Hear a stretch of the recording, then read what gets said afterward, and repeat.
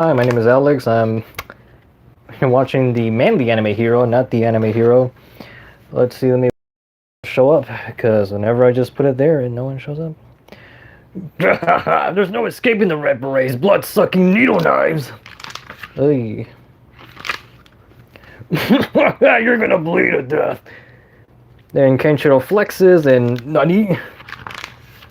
Kenshiro flexes and all the needle knives are taken out. Well, what a great opportunity. It's all yours, guy. Show me what you learned here. Two people. Okay, Billy Month the Third. Hello, sup, my dude. Alright, since people are starting to show up, let me, I wonder if, are you guys getting this? Hope that didn't sound too loud. Because I don't know if you're picking up the mic. Wow, this sucks. Oh, yeah, Takao Saito. And here I am reading Fist of North Star instead of Goal 13. Like what I have right here, but...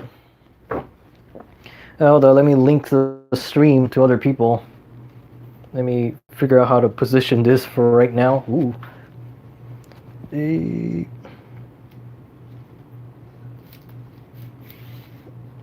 Yeah, hold up, let me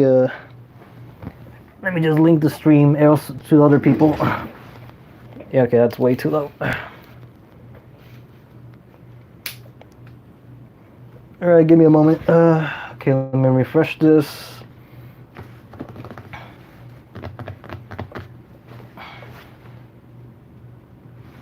I might have to come up with a better thumbnail later. Alright, so that's 6 people watching.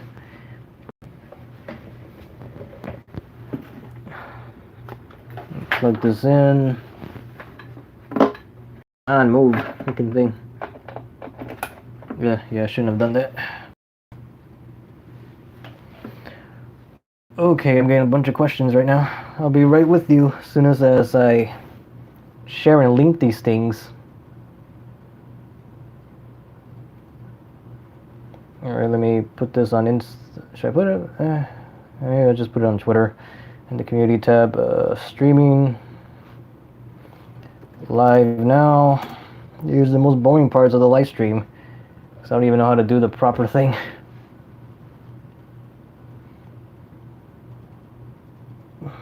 Community tab.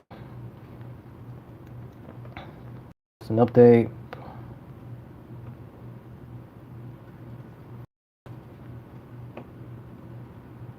Live now, Instagram,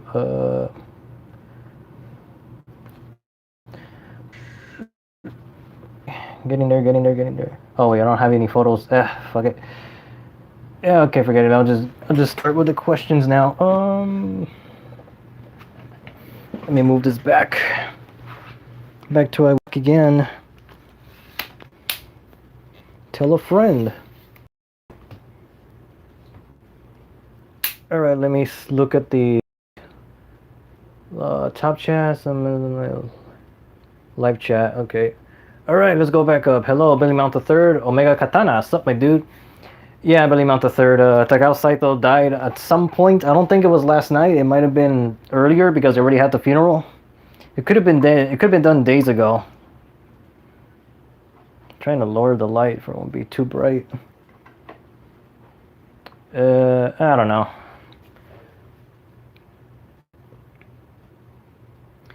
And that one Ashton Joe fan, yeah, he did. It's even more saddening when Go's live-action actor also passed away. Yeah. Sony Chiba, he passed away as well. Oh man, let me fix the stand a bit, because it kind of like tilted. My dad got me into him. I don't know which sucks first, Berserk and now Gold 13, even both series will be unfinished. Well, the thing is with Gold 13 and Berserk as well, I heard that both series are going to be continued by their staff. Like Gold 13 for sure, and I think the same thing happened with Berserk. You know what, I checked my battery. Takao Saito deserves more respect and recognition. Yeah, there was a lot of like buzz on Twitter, but like in terms of anime community stuff, I don't know. Who did? The author of Gogol 13 of this series, like he just passed away like in his 80s. I don't know, because he's one of the legends, man. Because this series needs to get reprinted. Like I already have all the English volumes, but it needs to get like the Seven Seas or the Vista North Star like treatment. You know, something. And earlier, like I barely got Volume 2, like earlier this week or last week. I don't know. Oh, the Go-Go Cat, yeah. Travis Tippins, Got a Long Life by Trogon. 4 a.m. the UK right now. Ooh, sorry for that. I was supposed to do this an hour earlier, but I couldn't do it. Yeah, Luxar Shark. Compared to when Monkey Punch died, Lupin III had already been finished long ago. The difference with Monkey Punch with Lupin is that he never really continued the manga. It was more of a case of the anime just doing their own thing. So, did Viz only release 13 volumes in the US or the rest of it? They only released 13. That was it. Prior to Viz Media, there was a comic book by... I don't remember the name of this comic book, but there was like 1 or 2 comic books of Golgo 13 under the Professional label. So there's that. Hello, Dawood Sadiq. Hello to you too, and I think I caught up to everybody. That was fast. I expected there to be a bit more. Let me check. Yeah, I reached the bottom already. God dang. Wonder if just now I can wait a little bit for that. Okay, let's see. Luxar Shark, what do you think who would win a shootout? Golgo 13 versus Spike, Spiegel versus Revy. That'd be Golgo, man. There's no way they can, because if you remember, like Spike, like he's cool and good, but he's not like super powerful. Because even within his own anime, he got like beaten up a lot. Like even the first episode when the guy that Antonio Banderas, the anime character is based on Antonio Banderas, like he strangles him from behind, and that was already like a knockout. He could have died right there. And even with people think about Vincent Velaju and Piero Le Fou, but there's been other characters that can actually mop the floor with Spike.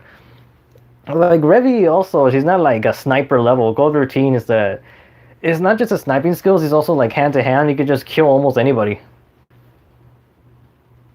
Are you a Batman fan? Yes, I am. I grew up with Batman 1989, and then with the animated series and Justice League, Batman Beyond, so on and so forth. Like Batman and Robin's actually the only thing that I don't like so far. Even as a kid, I didn't like it.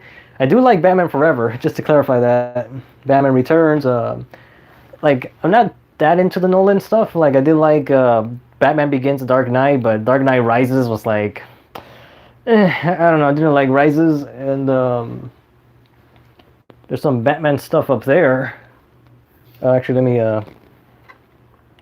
turn on the light. Oof. Actually, let me go all the. Might as well go all the way. Yeah, there's the Batman stuff there in the corner. Yeah, I don't know how good the quality's gonna look because for some reason, if I live stream with my phone, it doesn't look good, and like in the final cut. But if I record normally and then upload it to YouTube, that'd be fine. But oh well. Jamil Frost, how many influential manga creators are going to be taken from us? Well, I mean, there's still people like Akira Kamiya, that's an actor, but, you know, Tetsuo Hara, Buronson, because a lot of the seinen guys are gone. I guess Naoki, I don't know how old Naoki Urasawa is, but I don't know, because I'm not sure if people like Araki is going to go away anytime soon, but you never know. I mean, we already lost like Kazue Koike. Like we lost him like around the same time as Monkey Punch or a little earlier.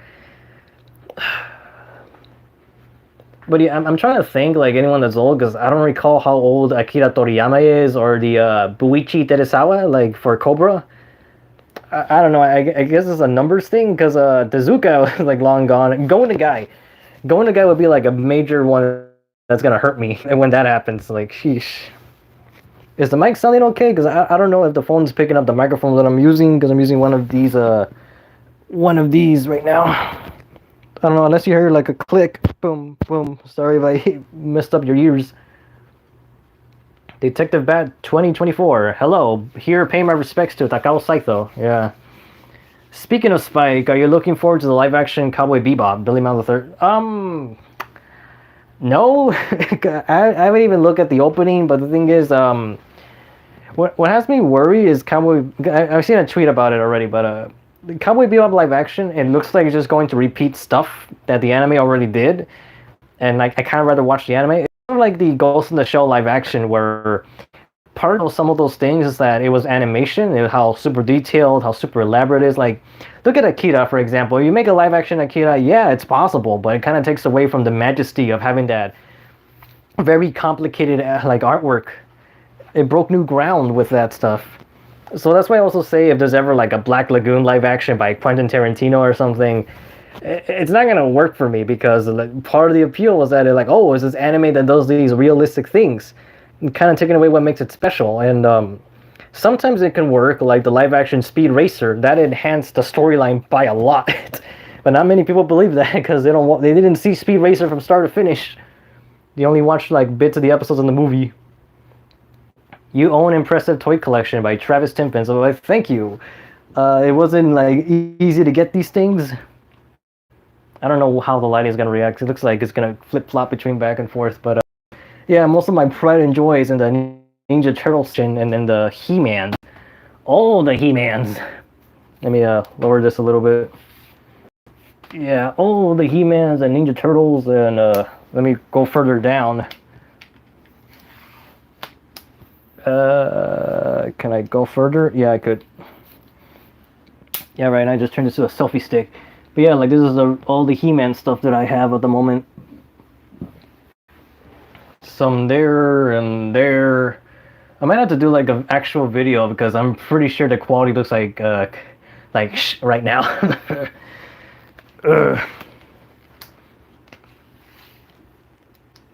Yeah, I don't know if I glanced through that like super fast, but oh well. 74% already. Jeez. All right. What are your thoughts on Batman: Death in the Family? Blame out the third. You mean the comic or the movie? Because the comic, like, technically I was there when it happened. I think it was the 90s or 80s. I don't remember. But if you talk about the animated film, I thought it was like one of the most depressing, broody things I ever seen because all the alternate endings are like so dark and so full, and they're full of misfortune. But I did have fun like playing the select decision on the Blu-ray, the interactive Blu-ray game, to make it be like back then with the comics when vote for Jason Todd to live or Jason Todd to die. But the actual comic I haven't read. I just been watching more DC film adaptations. I thought it was like really sad, but then I saw Apocalypse War, and that got like a big reaction out of me. Like I actually like cried a little. Principality Cidade. I don't know. Pay my respects to Legend who left us. Yeah. Takao Saito just left us. Detective Badge 2024, Rip Takao Saito. Since you're a Batman fan, have you played the Arkham games full Windman? I actually haven't because when those games came out, I did not have like any of those systems to Nintendo Wii, but my sister got the Wii U, but not me. My sister has a Switch, so I haven't been playing games. Recently, I've been doing a little bit of PlayStation, so I should have played those games at some point, but I just haven't gotten around to play anything. I even have Yakuza from like a year ago, and I still haven't touched it. What are your thoughts on the last Berserk chapter? And you think they might continue with Jorge Artiega? To be honest, I wasn't up to date with Berserk when that happened because I just like stopped reading it. I mean, I didn't expect Kentaro Miura to just go away either, so I have to go back and read the thing. But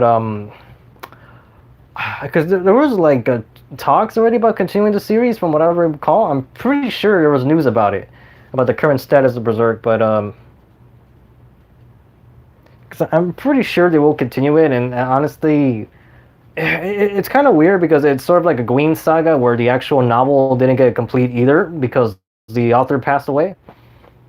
And I'm kind of thinking like with Berserk there's an ongoing story. With Gold 13 like there might be continuity, but there's no ongoing plot compared to Berserk at least. So Gold 13 is mostly episodic, so there's definitely ways you can work around it. With Berserk, however, you can definitely eventually I think we're gonna see like some like differences in terms of writing and art style, but then again, Berserk's been on this weird line for me ever since they went to the Fantasia stuff. And I just haven't been into Berserk ever since that happened. When that showed up, that was it. I actually tweeted to David Wald and he honors Takao Saito as well. That was actually the first time I ever heard David Wald, to be honest. It was in Gold 13, the Sentai Filmworks dub. And since then, I've been seeing him pop out in other places, but I don't know, just something about that, like that low, raspy Gold 13 voice that just works for me. Also, I think there was a Gold 13 Toys figure released during Gogo's 40th anniversary. There was a couple of things, action figures released. There was a Figma for Gold 13, and I'm guessing it was a Hot Toys or something close to it because they used real fabric. But I don't have that stuff. I would like to have something of Gogo like down here because the closest thing to Gogo that I have is like Lupin, and that's not exactly, you know, right.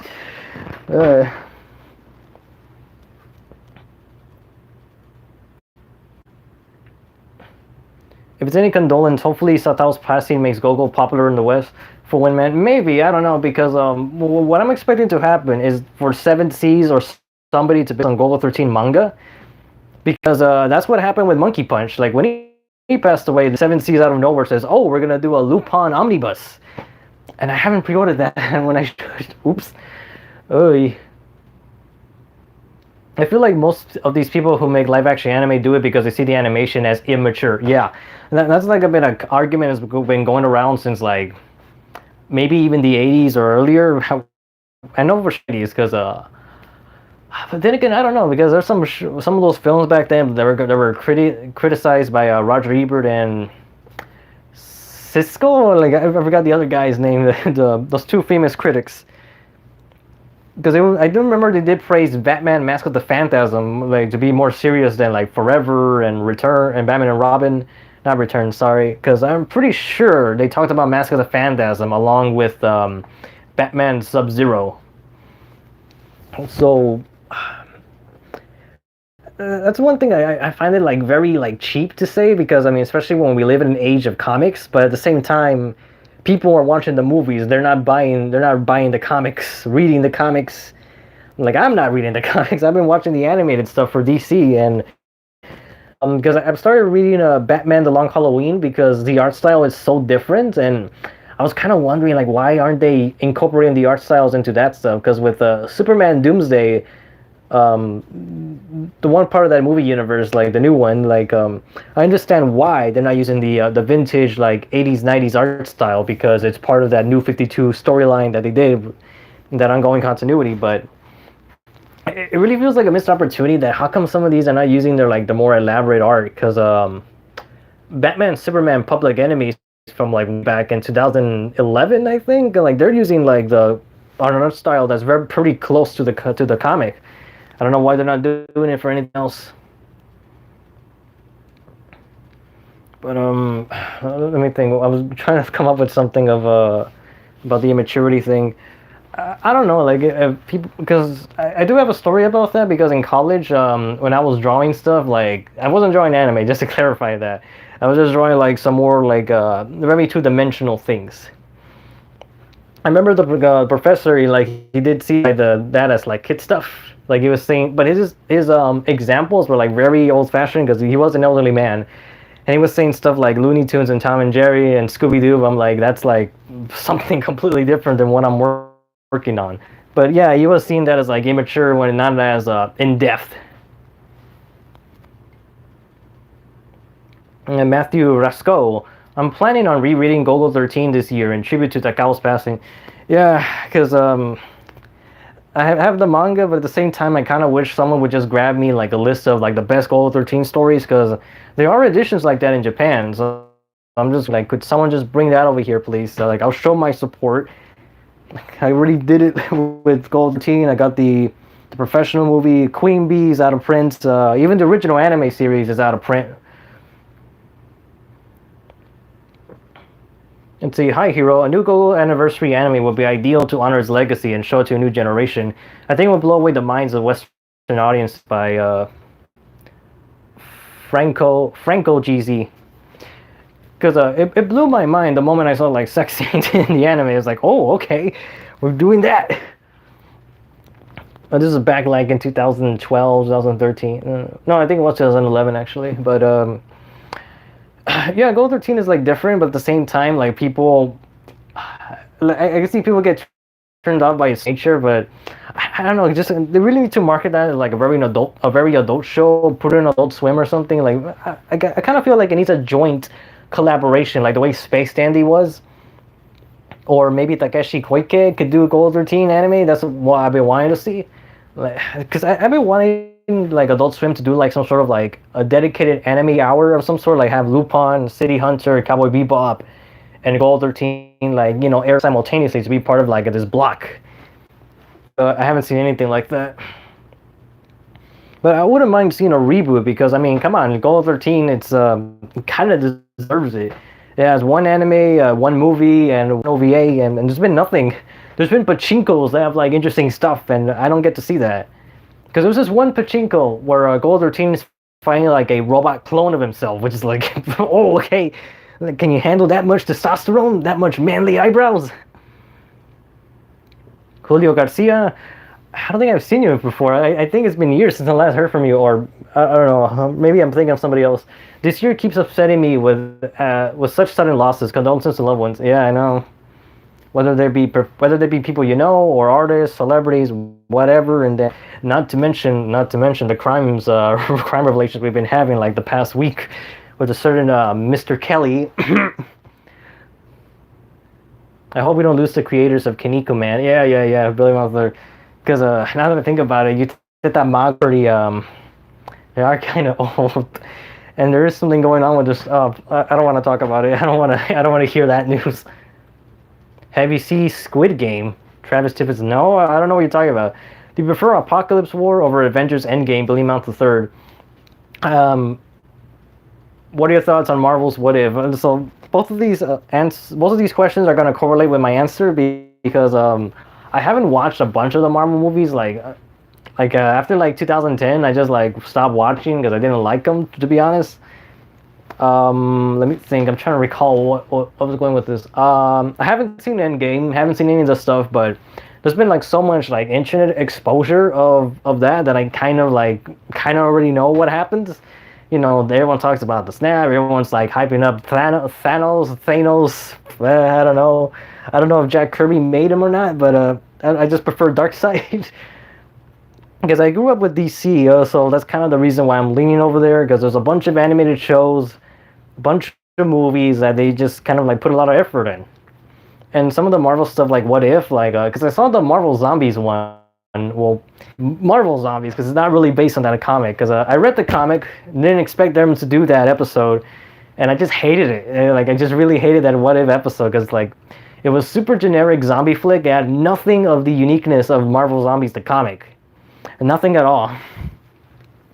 So my answer is going to be Apocalypse War by far, because I haven't even seen Endgame, but I know some characters died, but also some characters sort of came back. But even then, Apocalypse War is just so... It's like the Devilman and the Berserk Eclipse of DC Comics, because it's so brutal. So brutal, and then, Jesus. Because the moment, I don't want to spoil it. The moment I see the Borg versions of DC heroes, that's what kind of made me tear up a little bit. It was like, oh my god, this is really happening. This is really doom. This is truly worthy of the term apocalypse. But even though that's the name of the planet, but yeah, because even the ending is such a downer, because it ends like Devilman. The thing's fade to white. Maybe I should make a comparison video with that. Oh, man. Oh my gosh, Gold 13's author just died recently. Oh, yikes. Alistair6531. Yeah, it hit the news, because I woke up this morning with that news, man. It's like, oh, no. I didn't have to hear this the first time I get up.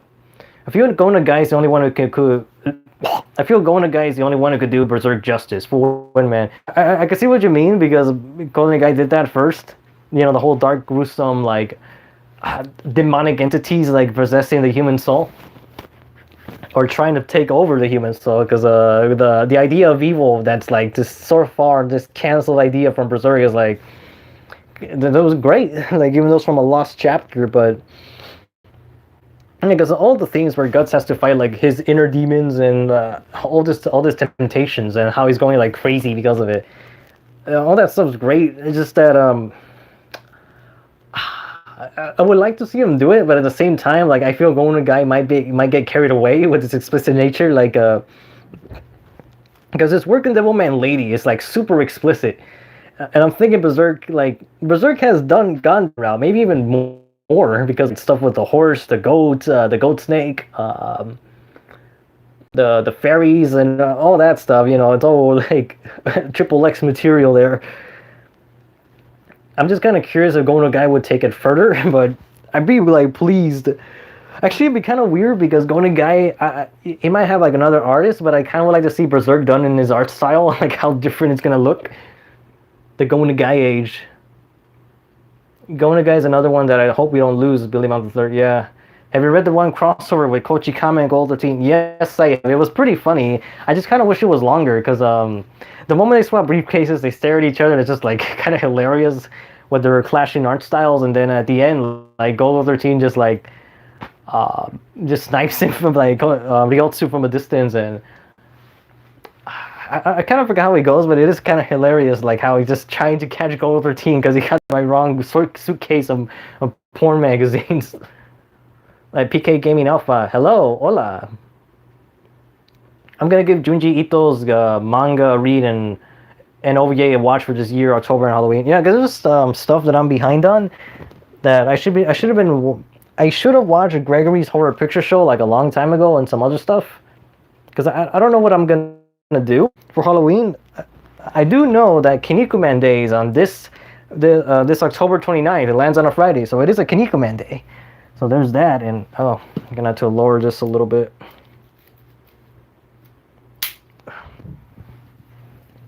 Oh, wow, it doesn't reach. It should reach.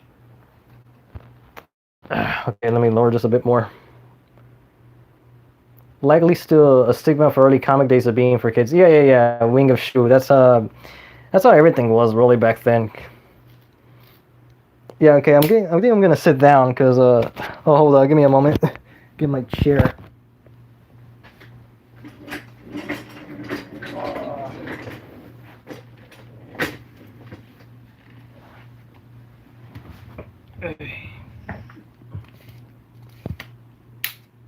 Alright, let me put this back on. Curious how the live stream will be in the final product. Come on, get in. There we go. Hope that comes out right. Alright, I gotta fix this. Perfect. I plug this in, and there we go. Alright, so where was I? Yeah. Gold 13 Professional Comics were released by Vic Tokai. There we go, because his name was also in the NES commercial for Gold 13, like released by Vic Tokai. Secret Engine, man. Any way to find Gold 13, Wing of Shu? Maybe because if it's not streaming on Verve or High Dive, then you're gonna have to look at Retro Crush or Midnight Pulp for the movie, at least for the professional. But if you're looking for the actual anime series, I think it's on High Dive. If it's not there anymore, I think you need a subscription for that or some type of fee. But if you can find the actual physical copy of the series, you might have to look at sites, the free ones. If you use like some ad block protection, you need to have some protection with those places. Ooh, okay, can't go that far back and hate my toys. You're gonna have to look at websites like 9anime and Animix Plus. I think that's the name of the other website, but you would have to look there, to be honest. It's kind of unfortunate, but there are some shows that no one is streaming, like Rose of Versailles. I don't think no one's streaming that yet, right?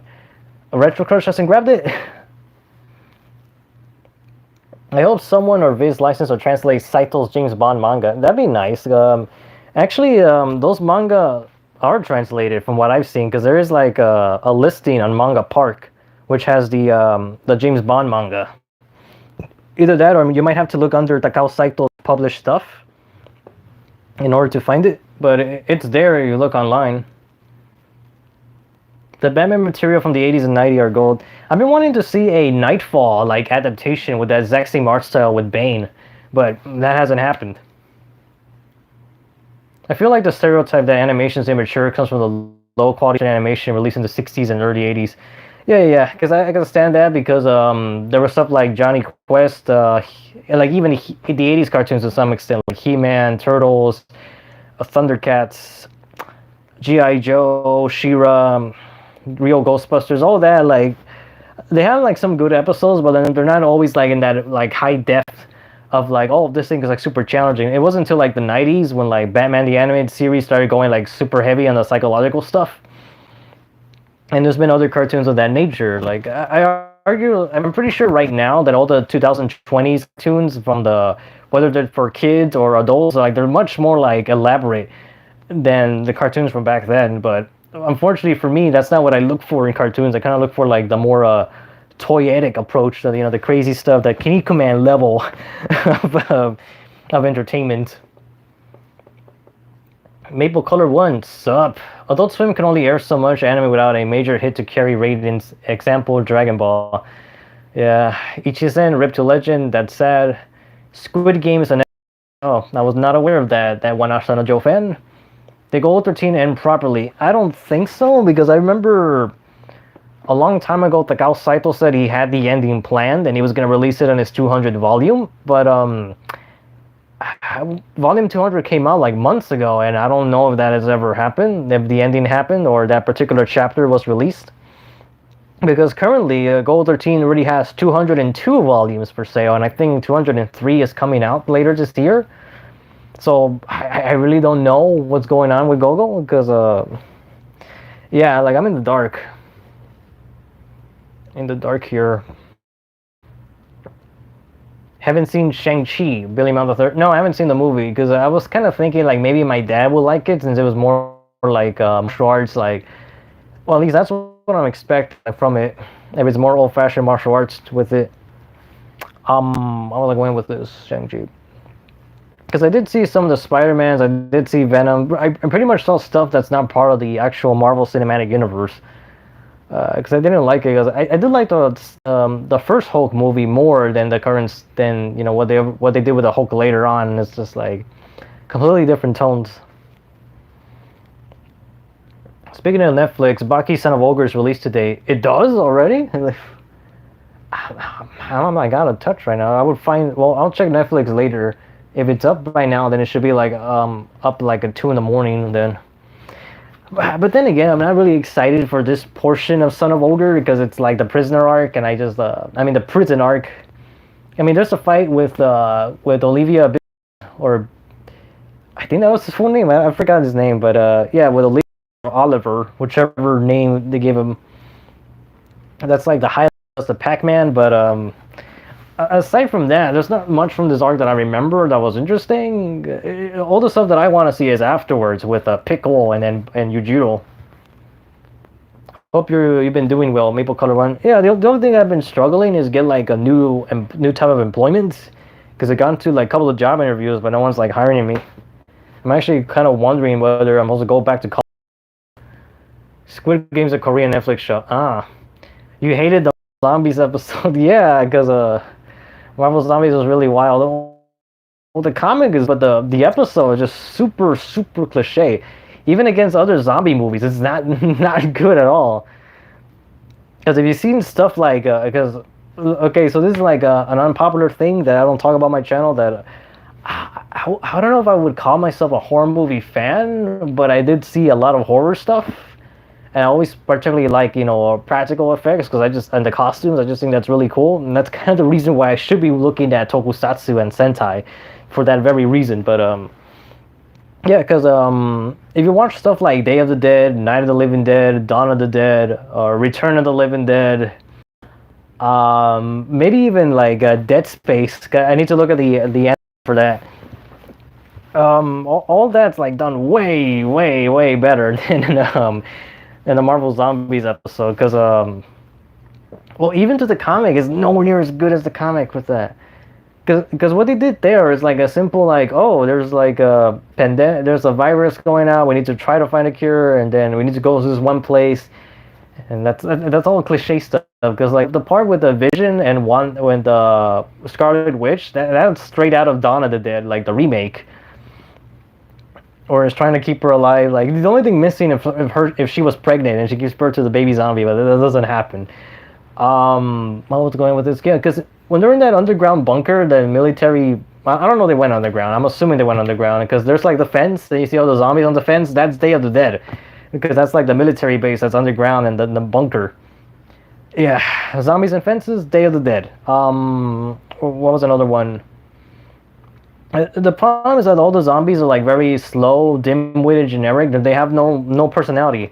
In the Marvel Zombies comic, they retain their like essence, and that's kind of makes the story interesting. Because like the stuff with Giant Man. That's what he was called in that one. Because Giant Man, like he was doing some messed up stuff. Because with Black Panther, at the very end of the episode, that's a reference to the comic, but it's like it's done out of place, so it doesn't really have the same impact. I don't know. There's like so much stuff that's like so much better in the comics for Marvel Zombies. The episode, I just thought like this is like a very very cheap zombie movie. Yeah, because all the zombies are walking slow, and then there's a lot of jokes thrown in there, which I detest. It's like it ruins the mood. Isn't it supposed to be scary and sad? None of that is in there. Injustice was really good also. Invincible. Oh yeah, there we go. Because this animated movie is like it's supposed to come out in October. I enjoyed the first 3 episodes of What If and the Marvel Zombies episode. Are you excited for the Injustice movie? Yes, I am. Because like it's one of those things that was already kind of spoiled to me, but like I still want to see it anyways. The only thing I'm kind of like criticizing right now from the animated film is that it's using the Mortal Kombat art style. And I can tell because of the way the shading is, because all the characters have like shaded knuckles, and that's like something from Mortal Kombat Legends.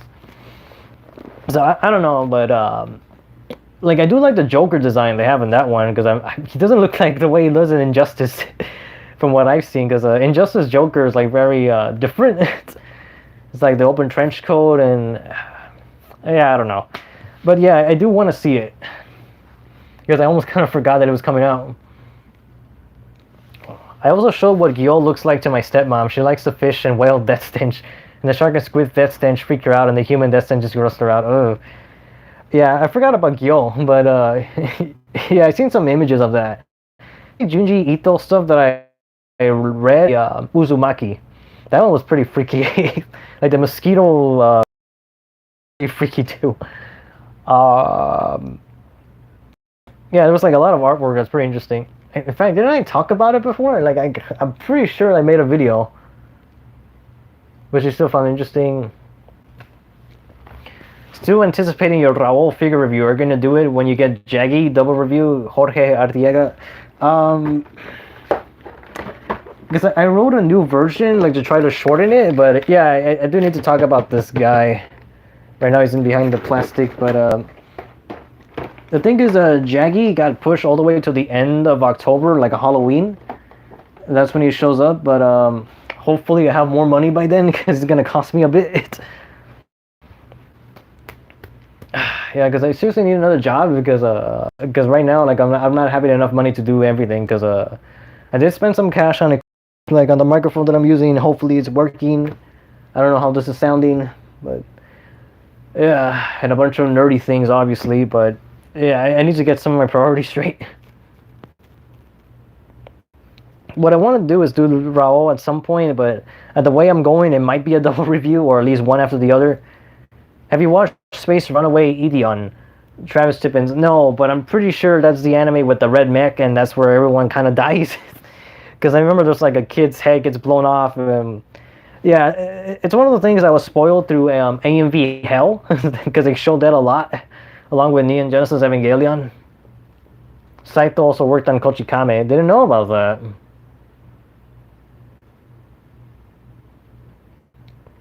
Mad Chimera would be Kishimoto's twin brother.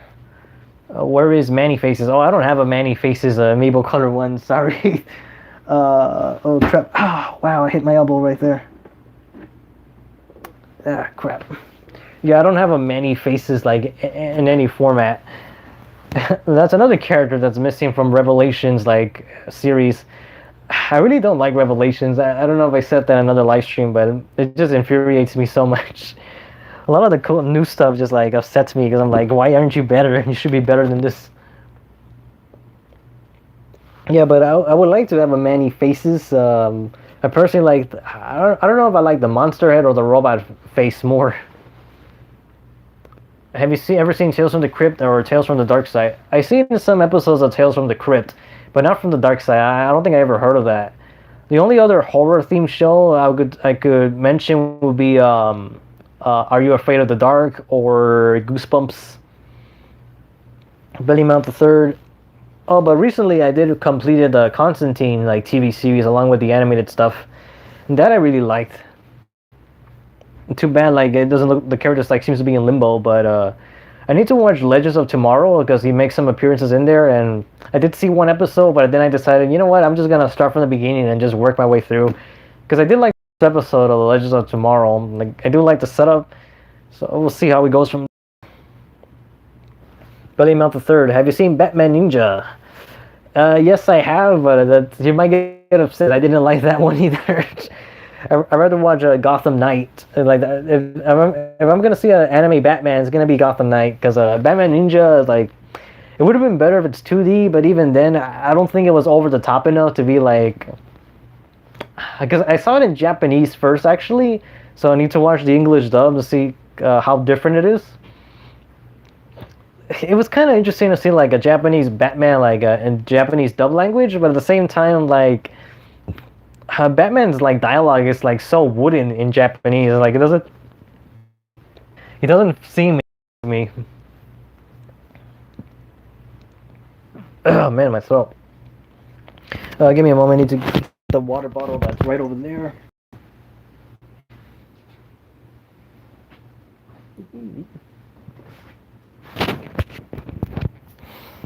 Oy. I don't know. Batman Ninja to me was just like, I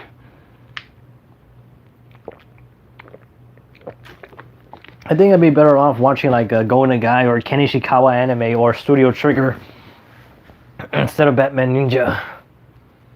Rose of Versailles, from what I remember, actually used to be on Nozomi's YouTube channel sub a couple of years ago. Maoji Pro.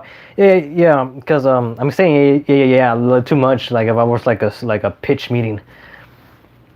I recall that because I remember at one point Manga Entertainment had a few episodes, but what was so weird is that they had like the fan subs instead of the actual thing. Because the trailer said like from Live Evil Presents. I'm like, that's the fan sub. You're not supposed to show that when you're an official thing. Nozomi used to have it alongside with Dirty Perry and Cobra, but now I think they, I don't know. Rose of Versailles used to be in limbo right now. Me and my dad are going to see Venom: Let There Be Carnage Friday. I was kind of surprised that the that movie wasn't pushed till next year because wasn't there news of that first, and then but now it's like, oh, it's here, it's like literally here. Because I would like to see, I do want to see it, but at the same time, like I found out recently that it's not rated R, which like really upsets me. I'm like, you're doing a Carnage movie and it's not rated R. It's like doing Deadpool for PG-13. Come on, man. Like Carnage is like one of the things that a lot of people are hype about, but me, I'm like, I wouldn't mind. Like, there's actually a Venom toy up there. Ooh. Okay. Let me see if you can see it. It's over there in the corner.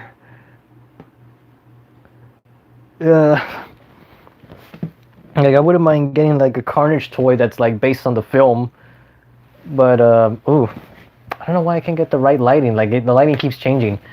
Like right now it looks good. 90s era also I must have lesson. I did it again. Some of those shows like really hand fist you with like with the lessons, the morality of the day. Because He-Man had the PSAs, G.I. Joe had the PSAs, Captain Planet was all about PSAs. Because that's kind of the reason why I want to write like a show that's like very 80s and 90s, but having like the unrestrainments of anime, you know, just push it to the limit, go as dark as possible, so it's violent. Didn't Saito do that hotel detective manga? Yeah, it was the I forgot the name of the character, but there was an episode of Gold 13, Doll the Hotel Detective. That's the name, Doll the Hotel Detective. There's a crossover episode of Gold 13 where she does appear. I forgot the number or the title, but it's definitely I think it was Christmas oriented. remember like Golden Teen shows up and she thinks like he might have like sexually assaulted someone, which is like Golden doesn't do that from what I've seen. Like girls just go to him. But yeah, she does appear in the Gold 13 anime, which is something that you easily overlook. But she's prominent throughout the episode. But once you see the episode, you're like, oh, she was there the whole time. I didn't realize that. Do you think a live-action Devilman movie could be made today and done properly? Evan Billings. There's this movie called, well, there's this superhero comic that's super obscure called Faust, which is kind of like Devilman, from what I've been told. So it could have been done back then, and I know for sure now. The only reason I would want to see is for the prosthetic, well, not just prosthetics, geez, how did I forget the terminology? I said it earlier. Oh, the practical effects. I would like to see that. I want to see costumes. I don't want to see CGI. I don't want it to be like the like the 2000s Devilman movie.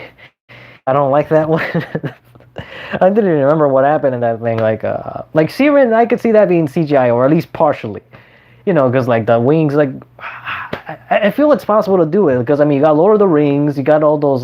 I don't remember if they were called orcs or the actual name they use, but costumes, you can do that. I want to see like demon costumes. I want to see like kind of tokusatsu in a way, with a bigger budget or something. It's possible to do live action, but it's just that I'm kind of worried that people aren't going to do it right. And even then, if Devilman's live action, I'm thinking maybe 2 or 3 movies, just to make it like stable. I don't know. But then I'm kind of wondering if people are going to compare it to Crybaby and think like, oh, Crybaby was better or something like that. I don't know.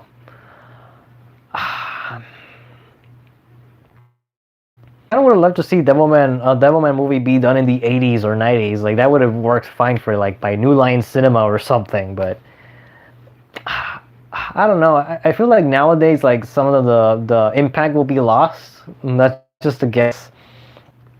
But I do hope a Devilman anime does come out next year for 2022, because then Devilman's gonna be 50 years old. Doesn't Kochi Kame have 200 volume? It's 200, but yeah. But Gold 13 like surpassed it already with 202. I gotta stop saying yeah for these responses.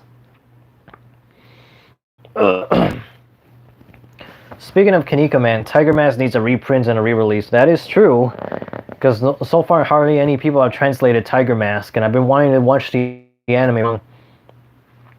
Does Baki get arrested in that arc? How did that happen? From what I remember, I think Baki like gets himself arrested on purpose so he could fight Olivia, just so he could go into jail. It's not like he does like something bad and then gets sent there. No, he's willing to send himself there. Remember, he like slips out of the handcuffs by like popping his bones, and then they just pop them back. But because I remember he fights a pirate. You see Olivia's wife. And then Baki fights Oliver or Olivia, whatever. But it's nothing like it's not a big deal of Baki like getting arrested. It's not like in Stone Ocean where Jolene like gets framed for murder, and then later on she like tries to kill her ex-boyfriend. Or I don't remember if she did kill her boyfriend or not, because he kind of looked like he was dead, but I don't think they clarified that. I'm guessing you like the Sam Raimi Spider-Man trilogy more than the MCU Spider-Man movies. Obviously, we don't talk about the Amazing Spider-Man films, Alistair. Yeah. I did it a third time. That sucks. Because when I saw the Andrew Garfield Spider-Man, the Amazing Spider-Man ones, he didn't come off to me like a news. Like I felt like Disney was like really getting their tainting him with their colors. Ugh. Because I remember like that Peter Parker. You like the moment I see him skateboarding, I'm like, nah, it looks like they're trying to make him hip. I'm just thinking, no, don't do that. But I don't really like the current like I forgot the name of the actor, but the current Spider-Man, I don't like him either, because It all comes down to one thing. 'Cause I would like to see Spider-Man as a full-grown adult. I don't like seeing him being interpreted as a kid. I just never do. Like, Spectacular Spider-Man is the exception, yes, but I always like seeing Peter Parker more as an adult, young adult, college, whatever, or out of college. Like, the animated series was my first introduction to Spider-Man, so that I kind of want Spider-Man to be that adult. I don't like seeing him more like a Spider Boy, but part of the character is that he's young, he's very inexperienced. That's part of it. Makes him relatable to other people, getting for job. Right now I feel like Peter Parker because I don't have no girl. I need a good job. Oh, Peter. But yeah, the Sam Raimi Spider-Mans, like, they have their appeal to me. I like them. I need to rewatch them because to see how I feel about them now. Because I saw them when they were new, so it's been like a long time since I've actually sat down and watched them from start to finish. Because I remember that time Spider-Man, Shrek, Ice Age, that was like all around the same time. That was all new before the memes started, before we got a Bully Maguire. But yeah, because the reason I don't like the current MCU stuff with Spider-Man is that they're making him way too much with Tony Stark. Like, Aunt May should not be that young, because part of Peter's like struggle is that that Aunt May is supposed to be the only family he has left. Same thing goes for Batman with Alfred. They have to be old because you can never know when they can suddenly just pass on. Something like that could be unexpected, and that could be really harmful to their psyche. So for Peter and Bruce to have their last living family member be elderly, that just makes them kind of worried for them, makes them a little paranoid, but also shows how deep their love is for what's left of their family. So you can't make her hot, young, whatever. It's that just kind of ruins everything. They're probably trying to an agenda, trying to think of a reasonable character, but the thing is, Aunt May could be frail as she wants. Okay, you have to make her frail. You can have to make her vulnerable. It's not because of a sexist thing, but it's more because of more of an elderly weakness type of thing. The last thread of family connection is right there, and if you sever that, you can make them really mess up Spider-Man and Bruce big time. So that's why I don't like Aunt May should not be young. And then the current stuff with Peter, he's more like Iron Man Jr. He's like the protege for Iron Man. I'm thinking that takes away everything that Spider-Man is, because now he's more of the Iron Spider with more literally with that, because I know he has a costume, but no, because now he's thinking more about what Tony Stark do. He's trying to see the world through Tony's eyes, when he really, Spider-Man should be his own character. He should be by himself. He should not be looking up to Tony Stark. Looking up to other heroes, I can understand that, but the fact that he's so specific on Tony, it's that just ruins the character for me. And come on, you can't have him be idolizing him so much. Spider-Man is he's not becoming his own man. He's becoming Tony's right-hand man. I don't like that. I don't think he's his own person anymore. So yeah, that's my rants of Spider-Man. Sad year for Manly and me. Izanagi DV. Yeah. Losing people. I think Akira Kurosawa would be good also. Yeah, that's another for Berserk, I'm guessing. Funny thing about Return of the Living Dead, I found out it's the first movie set in my home state, Kentucky, specifically Louisville. I didn't know that because what did I see recently? I was watching Red Letter Media. They were watching this random movie, and it's oh, it's Milwaukee. And they're fan guys. They're just excited seeing their city in a movie. I'm never gonna. The closest thing I had to that privilege was with the Selena Netflix series, but then everyone online was making fun of because they were showing mountains in my hometown. I'm there is no mountains here. There is no mountains in this location. That is so inaccurate. Devilman live action could honestly never really work if the 2004 movie was anything to go by. What would you plot? I don't think it's impossible, but I just feel nowadays Devilman would just be ruined, because I don't think the message is gonna come across. I'm pretty sure they're gonna message into something else entirely, and that's what upsets me so much. Have you seen the Captain Carter episode? No, I'm not really a Marvel fan, with all honesty. Like, there's some selective things that I like, despite having like a little Marvel Legends over there. There's a few characters I like. There's a few like shows I like, but like the actual What If, like I'd rather just read the comics, to be honest. When it comes to that, because I'm those episode shows, like I don't, they're not really doing it for me. But I don't know, because I just don't feel, I don't want to give it a chance, because like all the current Marvel stuff that I've seen is so watered down. It's so like tarnished by Disney, because I really don't like what they're doing with it.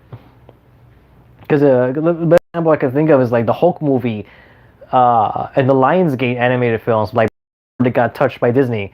Like a whole completely different tone, completely different like story writing, character portrayal, everything's different.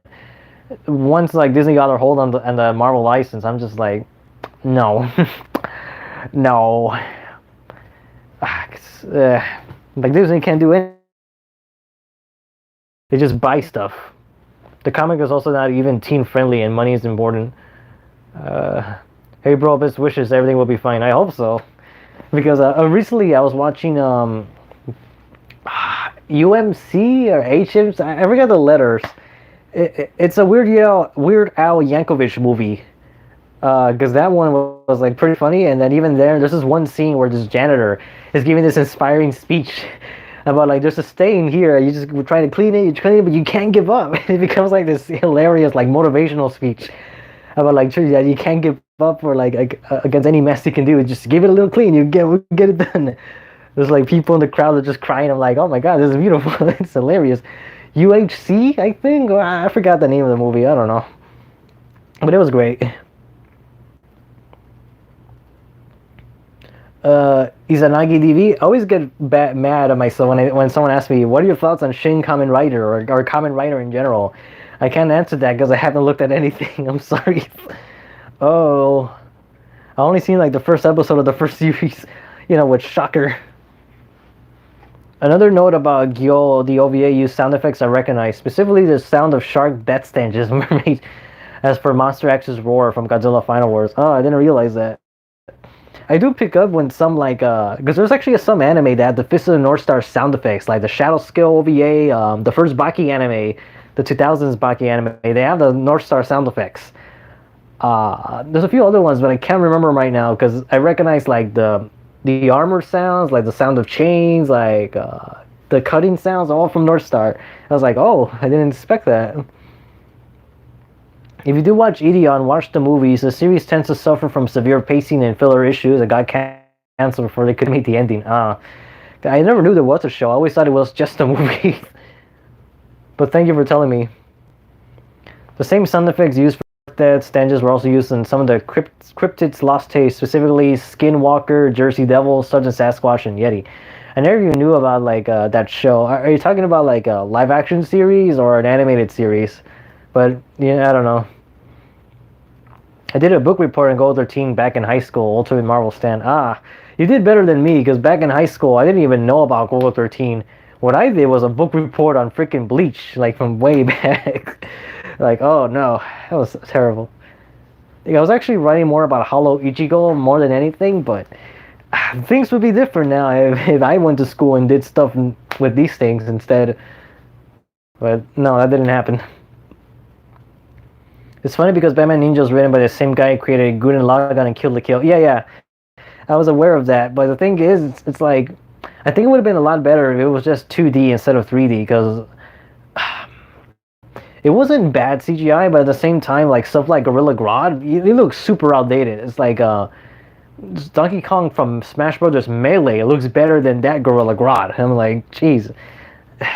It just upsets me, because I kind of feel like the way it was written, like that specific writer didn't really have a good understanding of the DC Comics characters, because they felt like super generic to me. They didn't have that pizzazz.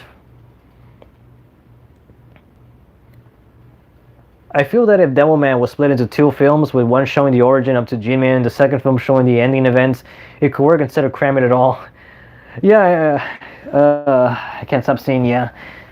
Because the first movie, that 2004 Devilman movie, I was so lost. I didn't remember anything that happened in that movie. Because I think Titan talked about the movie or Mercury Falcon. Somebody talked about the movie. I'm like saying things. I'm thinking I don't remember this, and I watched it with Falcon. It's like I don't remember nothing of this movie. I just remember it being it was super fast and super confusing. Yes, I did recall the PG-13 Deadpool, the Once Upon a Deadpool. I did like Juggernaut in there. I'm actually waiting for a Juggernaut like a movie figure, and that hasn't come out. I do have like the regular Marvel Legends one up there from the Colossus 2-pack. Actually, yeah, Colossus is another one I want to see now that I think about it. I probably should pick up a Deadpool at some point, to be honest, because he's not a favorite. He's not a favorite character for me, but at the same time, it's like kind of essential to have because the Marvel Legends that I want is like they haven't made them. Because I want to see like a live action Blade, live action Tobey Maguire Spider-Man, all that stuff. I like the Shredder figure you have. Like you gotta be more specific. Cause I have 1, 2, 3, 4 Shredders. Technically 6 if I include the Shredder Fly and the Shredder Baby or Shredder. You can't see any of that. What am I doing? Yeah, there's the Baby Shredder. There's the Shredder Fly, right, tiny there. Hold on, let me unplug this. How much battery do I have? Ooh, yeah. All right, so there's the Shredder Fly. You can see that the Baby Shredder. I'm assuming it's talking about the Super Shredder. Is that what you're looking at? And there's the movie Shredder in the back over there. And then there's the cartoon Shredder.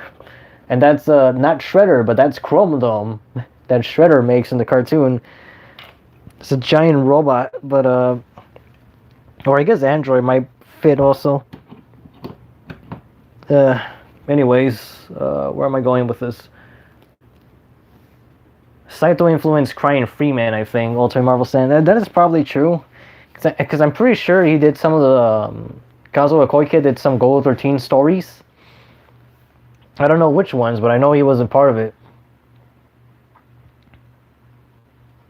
Alright, got some homework to finish. See ya, for one man. See you later then. What do you think of VTubers? The virtual stuff? I think most of them are girls now, aren't they? Or something of the story? I don't know, because I haven't really looked, to be honest. I haven't really looked at YouTube or at anything. I've been trying to just focusing on myself. Because I've been watching a lot of regular media more than anything else. I do watch some of my subscriptions along with some toy stuff. So I don't really get to see VTubers all that much. I don't know if Pan Pizza from Rebel Taxi counts. Because he kind of does it, but not really. He only does it like in sections. So yeah, about the VTuber thing, I don't know. If it's done for like sexualization, kind of like that feels kind of awkward. I don't know, because I kind of feel like it leads to like an OnlyFans type of thing or something of that nature. I don't know. The Gold 13 Figma looks badass. Check out, but goes for quite a pretty penny. Jorge. Yeah, I know. I've looked at it. I look at that. I tried looking for a Jigen SH Figure Arts, the Zenigata, but they're like super expensive. They're out of print. They were exclusives, which was stupid. And they never released Goemon, which is upsetting because the team is never complete. I'm kind of hoping they could release some new ones later on. But lately, Dragon Ball has been dominating SH Figure Arts. Dragon Ball and Star Wars and Marvel. That's all SH Figure Arts is working on. They don't really want to work on anything else. The main 3 things that are bread and butter. That's what makes them money. Have you seen the live action Rose of Versailles, Lady Oscar, Billy Mother? No, I have not. I should probably look into it, but I haven't even watched the anime in so long. Because if I think about it, I've only seen the anime once from start to finish, and I haven't gone back to it. Even though I do have the limited edition Right Stuff set. I mean, not Right Stuff, the Nozomi sets, because those are rare now. Chikujo YouTube or YT. Hi, hello. Oh, I also forgot that Beast. Oh, yeah, okay. Tom Holland. Yes, there you go. Tom Holland Spider-Man. I don't know. It just seems like very, very kiddie-ish. Well, then again, like I don't look my age either, so I don't know. Brian C. Hey man, I miss the days of solo Spider-Man 2, Spider-Brat. Yeah. What are your thoughts on Superman versus Elite? I don't. I saw the movie a long time ago, but I don't remember what happens in it. To be honest, I do recall that I don't like their character designs. I don't like Superman's face. He has like that very big jaw, and I remember reading a comic that's like not the Elite, but it's like a different group of elites. Because I remember the main character's sister was there. Like she has like goggles and these robotic gun arms. There's like this demon with a hat. I think it was just called the Hat.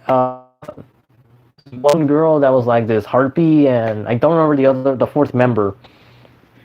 But I remember reading that. But the Elite, I don't recall what happens in there at all. I'm sorry, so because I'm more familiar with the more newer stuff. Because I'm actually trying to finish all the DC films, and I need to like go back and watch the older stuff, like when they were first came out. Is it really hard to just animate the second half of Saint Seiya Lost Canvas? Oh, you mean the manga stuff? I don't know, like what's going up with Toei, because why they haven't gone back to that. I just feel like they're just people are gonna eat it up. Like, you know, the Mexicanos, the French, the Italians, like they'll eat anything Saint Seiya. But here in America, I don't know. Like Saint Seiya is just like super niche over here. Would you want Toei to do a Saint Seiya Sailor Moon crossover movie or OVA? Either one is fine. Whichever like works better for them. I can kind of see why there'd be a crossover, mainly because, you know, that 80s and 90s like hits for them, and also the constellation themes, and you know, all the cosmic like level of danger. But I don't know, because I'm not really into both, to be honest. Like Saint Seiya's like I like it, but it's not like anywhere near my favorites, to be honest. The Devilman OVAs are the best version. The potential of the manga being adapted into that clean 80s style was bittersweet. Oh yeah, because the third episode does exist, but it's like an audio drama. It's on YouTube now, with subtitles. But I would have loved to see that animated. It would have been like, you know, they're just one episode away from a complete adaptation, and that would have been fine. Like there's definitely some differences, but there's some stuff that I like, and it was overall welcoming. Like I really liked it. You just got like that awkward confusion when some people thought the Apocalypse, Amon Apocalypse of Devilman, they thought that was the ending, but it wasn't. Which anime studio do you think would do a proper Rosario vampire anime that actually follows the manga story? I think anybody would do it now. Like, they would know better. Like, it could be anybody from Madhouse to why am I forgetting the other company's name? Studio Dean? I don't know, because I actually like thinking dropping. I'm drawing blanks on anime studios now for some reason. I don't know. I think it could be anybody, because I don't remember who did it the first time around. I don't know. Are you a fan of Attack on Titan by Jose Molina? My answer is no, because I haven't looked at it at all. Like, it's one of those things where even though I've seen nothing of it, or, you know, well, I've seen pieces of animation and like clips and all, or whatever, but it's not I haven't seen a single episode. But it's one of those anime that got so overexposed that I kind of know stuff about it, but not really at the same time. I could just have guesses. So that's part of the reason I was never. How can I put this? I don't feel like a need to go watch it, and at the same time, I've been hearing criticisms how the changes, how everyone's turning to Titans, and even back then when Attack on Titan was new, I wasn't really like. I didn't feel like this urge to watch it. And this was when in college, I remember people like passing by talking about anime, and Attack on Titan was one of those things. I'm thinking like, no one talks about anime in public. And this was before anime was like a, you know, this was just more of a thing like back then when nerd stuff was still looked at like, oh, that's like, you know, like like grow up, you know, that type of stuff. So yeah, like Attack on Titan just never like got my interest. Like I know my youngest sister was like watching it like religiously, but I never like sat down and watched a single episode, and I don't really feel like doing it. Maybe at one point, just for the sole purpose of I've never seen an Attack on Titan reaction or something of that nature, so I don't know. But even then, I'd probably just be like insulting it, or it didn't really seem anything original because all the hype that it got was like so blown. Because it was just ridiculous, to be honest. Like how much exposure it got. Have you heard of Chargeman Ken? Yes, I have. Like I know what Chargeman Ken is like ever since like before he was even like popular. It was just like this really bad thing. Like I saw an episode with Falcon one point, and it was just like, what is going on? Because I know Discotech eventually grabbed it, and I'm pretty sure now people know about it. But yeah, I don't really have a need for Chargeman Ken either. I'd rather watch something else that's like probably deserves more of my time. They're the same studio made the 1994 Baki OVA. Not just Batman Ninja. Do you not like the CGI animation in Shin Sakura Wars, the animation? I haven't even seen that either, so I can't comment on that. I'm behind a lot of things. And even in Fist of the Blue Sky Regenesis. Regenesis is that it's weird because compared to Batman Ninja, the models are much more. I don't think it's fair to say because the Batman Ninja models are more elaborate, but just like they look really rough. Like the example I keep going to is Gorilla Grodd because the way the texture is like spikes, and it's like it's not supposed to look like that. Like Donkey Kong in Smash Bros. 64 was like polygons, and you know that wasn't good per se. And but I don't know, it's more nostalgic look to me. But you look at Melee's like Donkey Kong, where he looks like he actually has fur. It's not even the most realistic fur. It looks more like plastic fur. Or even like in Sonic Heroes cutscenes where they look like they're made out of clay. Or like something soft. But the way Gorilla Grodd looks in Batman Ninja, it's like, that is like years behind than it should look like right now. And it's kind of like, it was really distracting me. Because the models in Regenesis, like, they're very detailed, they're very bulky. I like that. They do look like Tetsuo Hara's designs. That's what's like super good about it. But the mobility was like so slow. It looked like it was lagging. It looked like it was in slow motion. It just was. It wasn't there yet. It was like just needed like a little bit more, just a little bit for the frame rate to look good, and then it would have been like acceptable. I would have liked it. So, Blue Sky Regenesis like very bittersweet for me because it technically looks better than the first Blue Sky. It's probably even better looking than the original. Well, maybe to some extent it's better looking than the original North Star from 1984. But even then, it's like it moves. The way it moves is so awful. It just I don't know. Like Japanese CGI, like if it looked like Infinity Force, they would have been fine, but it didn't. Thoughts on the 2003 TMNT? So funny story with 2000. Technically, that's a series I grew up with because I watched a lot of that during the 2000s when it was new. So there was a lot of Foxbox, a lot of reruns on Cartoon Network, reruns on Meguzi. Anyone remember Meguzi from that cartoon block?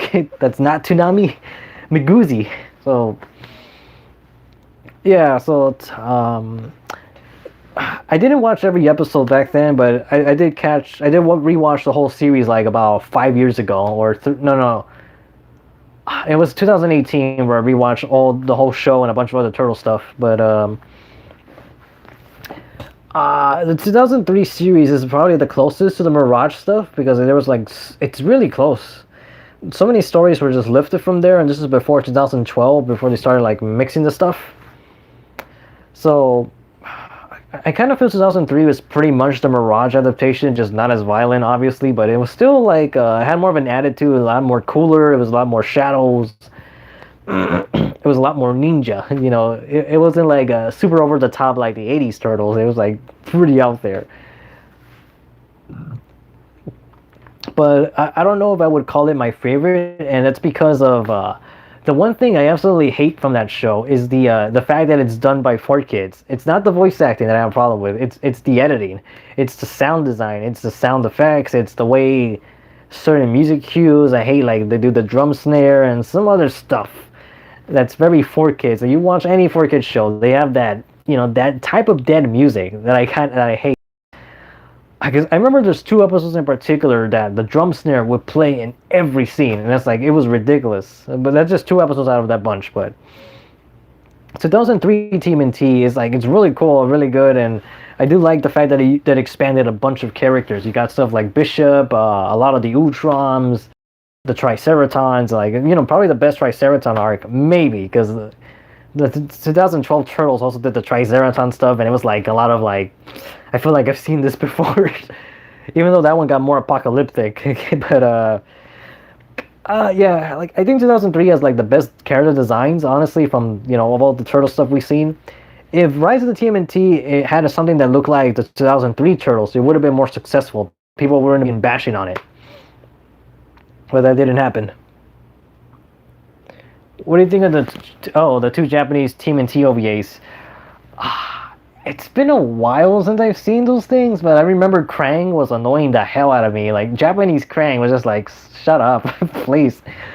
And that's the other thing, because the turtles in Japanese, even the turtles in Spanish, to me, they just don't sound right. They don't sound right to me. The Spanish turtles, like, they sound super goofy.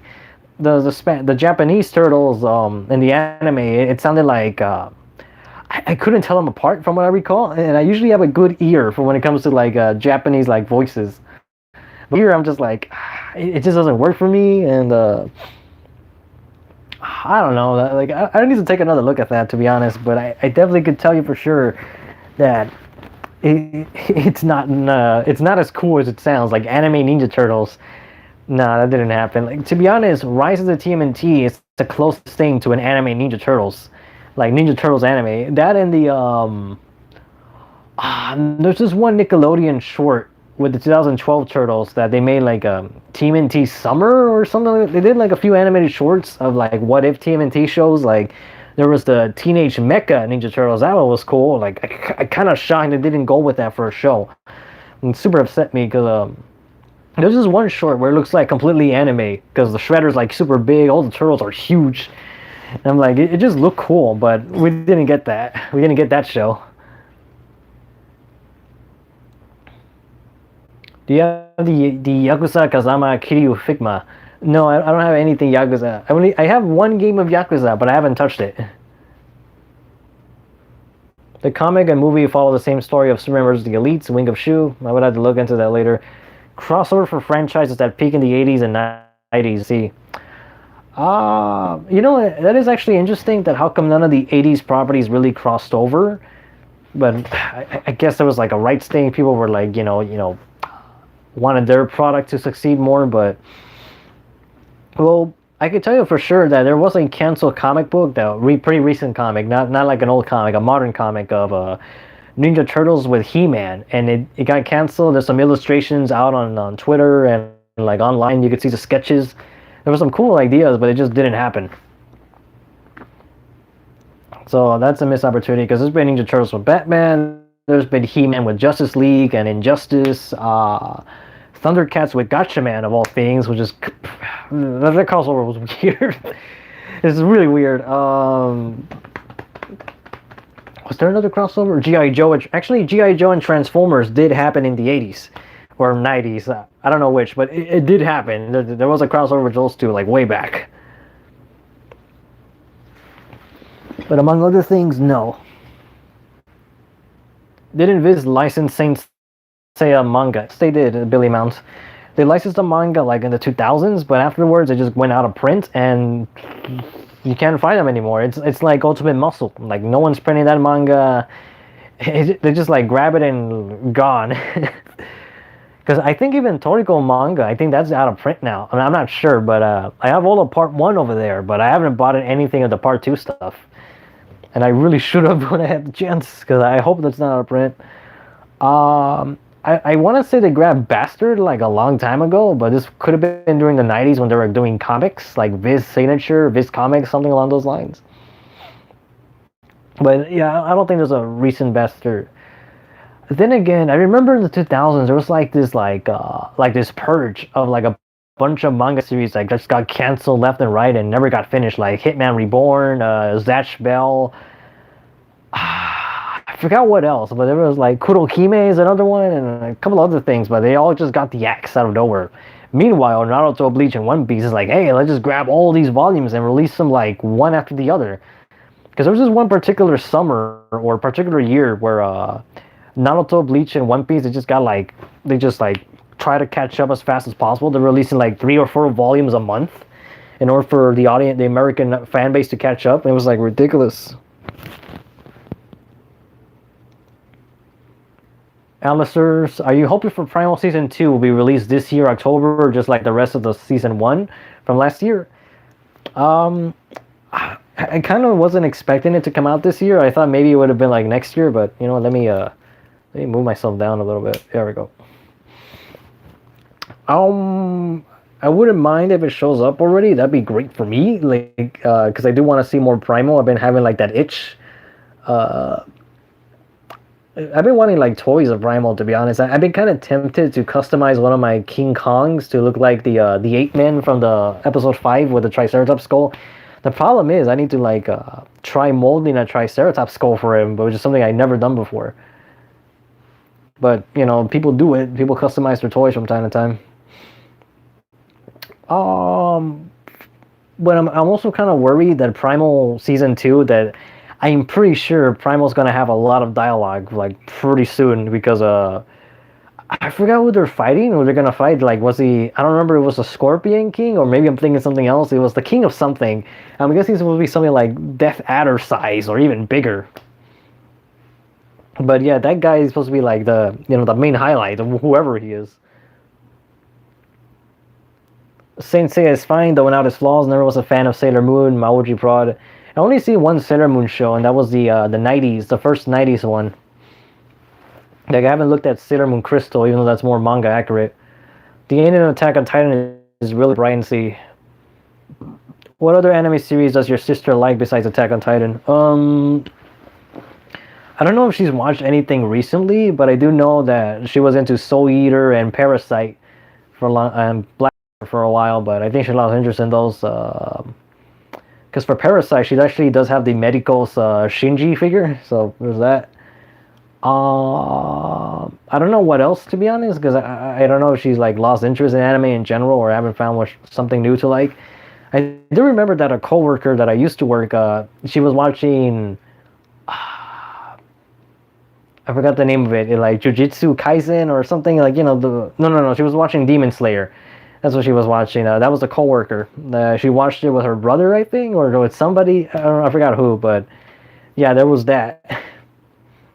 And here I am, like, I'm out of touch. Because the stuff that I want is, well, I'm pretty sure it's not bad or anything, because I know Falcon even watched Demon Slayer too. But I don't know, I'm just out of touch, and I'm just like wanting to watch older things. I haven't even watched anime in general, to be honest, because I watched Megalobox 2 was the last new thing. I was watching Crusher Joe, the movie. I haven't finished it, and the same thing goes for what's the name of that fantasy anime? There's this fantasy anime from the 90s that Record of Lotus War or Lotus. I forgot how they pronounce the L word in the anime, because they say it a certain way. But yeah, I saw like one episode of that and Crusher Joe, and those are the anime that I should be looking into, because I've been putting them on the wait list for so long. I haven't seen Doom Patrol, sorry. What are your thoughts on the casting choice for Illumination's Super Mario movie? Oh boy. I had no idea that people were. Well, I'm upset. So I'm just clarifying that I didn't like the choices, but I had no idea how everyone took it almost exactly the same way with Chris Pratt becoming Mario. I'm like, voicing Mario. Everyone laughed. Everyone was like laughing in denial, laughing in shock, laughing at how ridiculous it sounds, laugh at any possible way, but everyone laughed. But not in a good way. Me, I was just like, why? Because I'm thinking, like, what about Charles Martinet or Martinet? You know, he's voiced Mario, Luigi, Wario. I think he did Waluigi too. So like, he does all the Arios. He does all the Arios, the Was, all the Italian characters. But you know, Jack Black is Bowser, and I don't know who the actress for Peach is. But I'm like, well, she's pretty, but I don't know who she is. Like, I don't know what she's gonna sound like. that and when I saw like Keegan or you know, the comedian, whatever that guy, the K and P O or J and P O, I don't know their names. Because when he came out in Toy Story 4, I'm just like this hurts. Like it hurts like to hear him talk because Keegan and Peele whatever they're like just doing their own thing. Like they did not need to be in Toy Story 4. It's like just get out of there. Well, you know, just arguments about Toy Story 4 in general. Like does it need to be there? But yeah, the because even within the Predator, like he was just annoying the hell out of me. Because I did like him in Whose Line Is It anyways? Like he was like maybe in his own show he's great there too. Because I did see some sketches like there's this one sketch where it was about like child like kidnapping. They're saying like, hey, you don't if you donate this, you can save this hungry child. And I'm like, yeah, okay, well, all right, I'll donate. And there's this band shows. I mean, like there's like this kidnapped kid, and he gives it to him. And he's like, wait, I have $2 more or something like that. I forgot the punchlines. Like I can save 2 more kids. The car just drives off. It's like a very like dark spirited like humor. But when I heard him in The Predator, heard him in Toy Story 4, and heard him here as Toad, I'm like, no. Like I can't even look in disgust. I'm so disgusted. I'm like I have to close my eyes and think about what is going on here. No. And of course everyone lost their mind with Jack Black as a Bowser. I'm like, I don't know. I do not agree with the casting choices. I think it should have been like what I think should have been gone to actual voice actors, not celebrities. Like who I thought it should have been Bowser. It should have been Jim Cummings. That's like my first thought. Like Jim Cummings as Bowser, that could work. Like Charles Martinet or as Mario Luigi, I would have been fine as John Leguizamo as Luigi. You know why? If you know what I'm talking about. Like it's Mario, and Luigi Mario. I would have been fine. It was just damn again. But I think the actor from Mario's like passed away. I think, but you know, John Leguizamo, I have no problem with him being Luigi.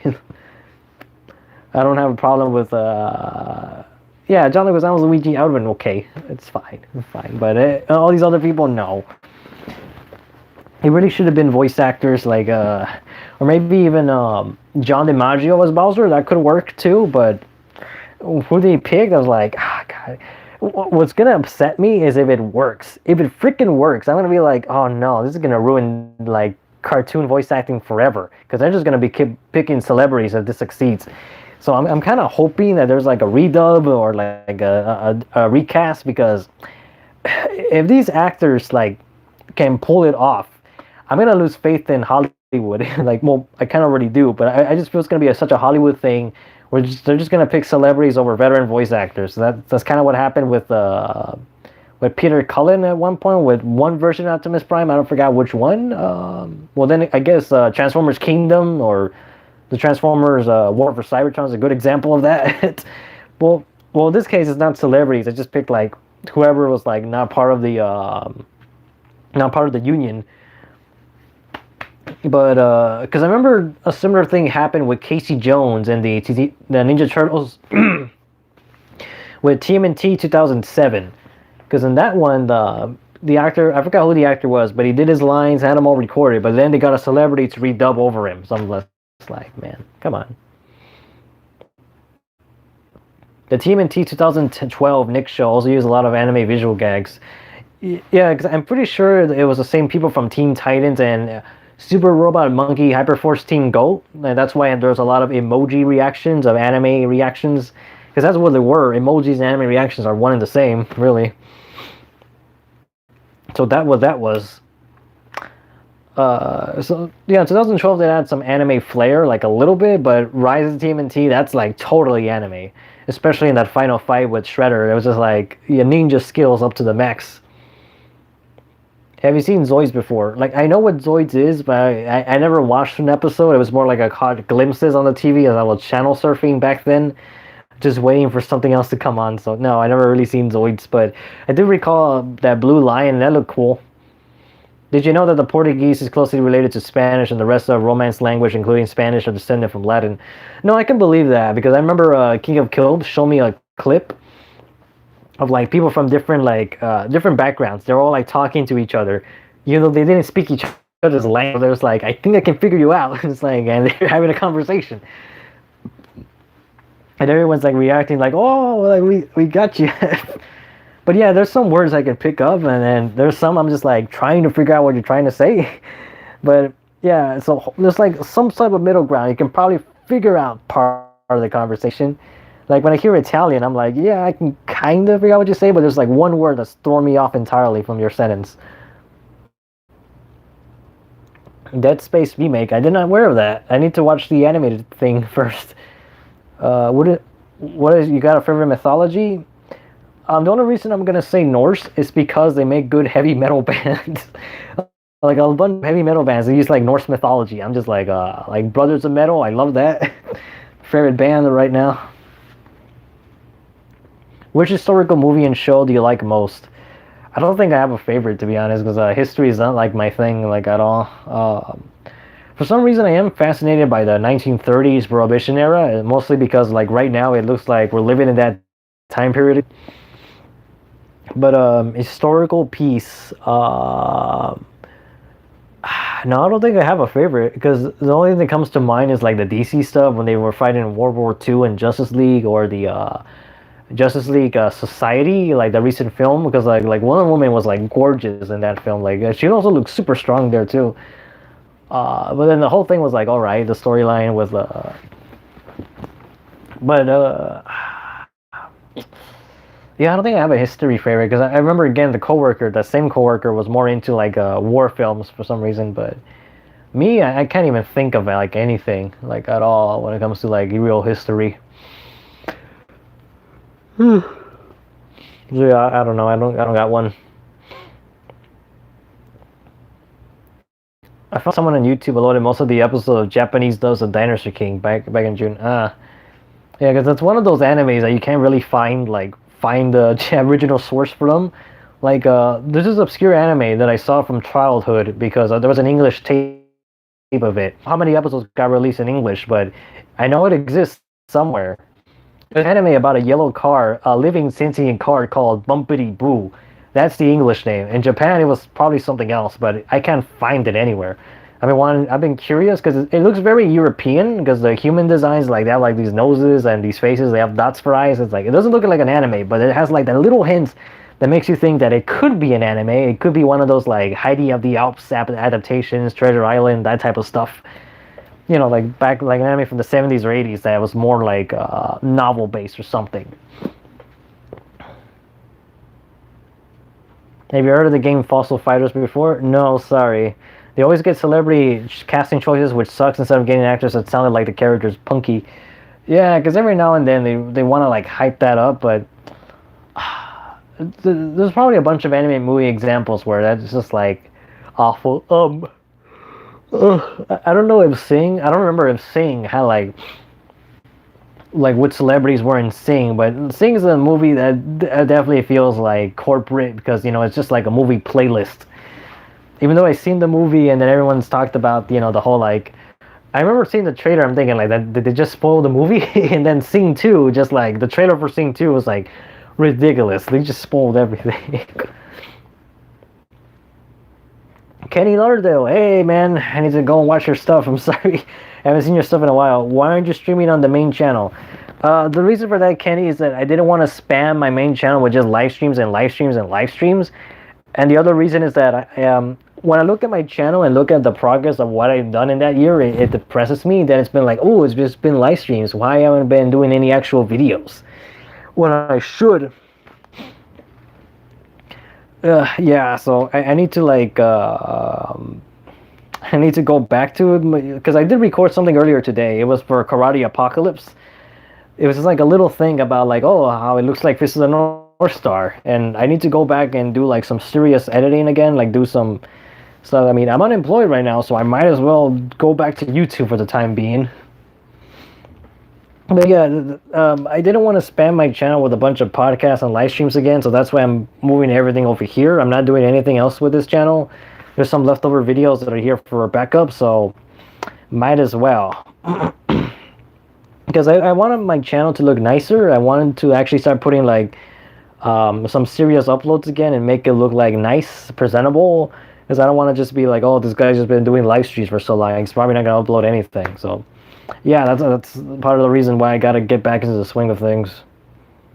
There's also a Nintendo-owned Super Hornio Brothers. What? And then Legend of Rise. Ooh.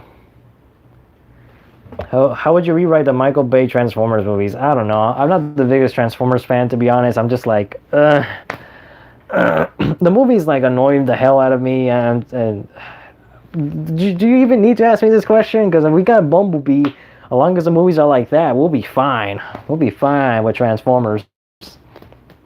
Yeah, so I don't think you need to ask me anything. Would you see more Transformers anime and have them come back?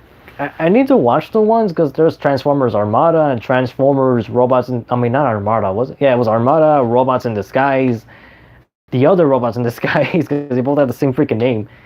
But yeah, I need to like look back at those things. Because to me it was impressive because like, you're having Transformers, but they're animated in 2D. That's elaborate. How did you do that? And then because nowadays Transformers is a CGI show since then.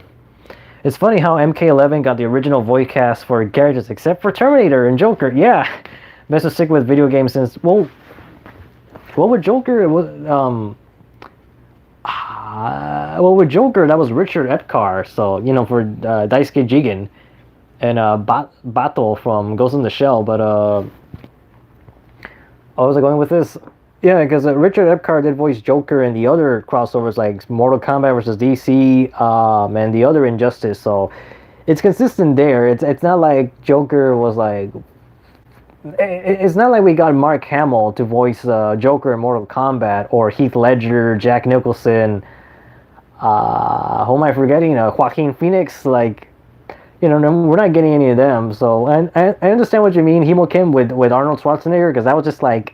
Why aren't you here? Because, I mean, you got Peter Weller for RoboCop, you got Sylvester Stallone for Rambo, and you got Keith David for Spawn. I'm like, sheesh, like, how come Schwarzenegger isn't here? That would have been perfect for Arnold, I mean, for Stallone.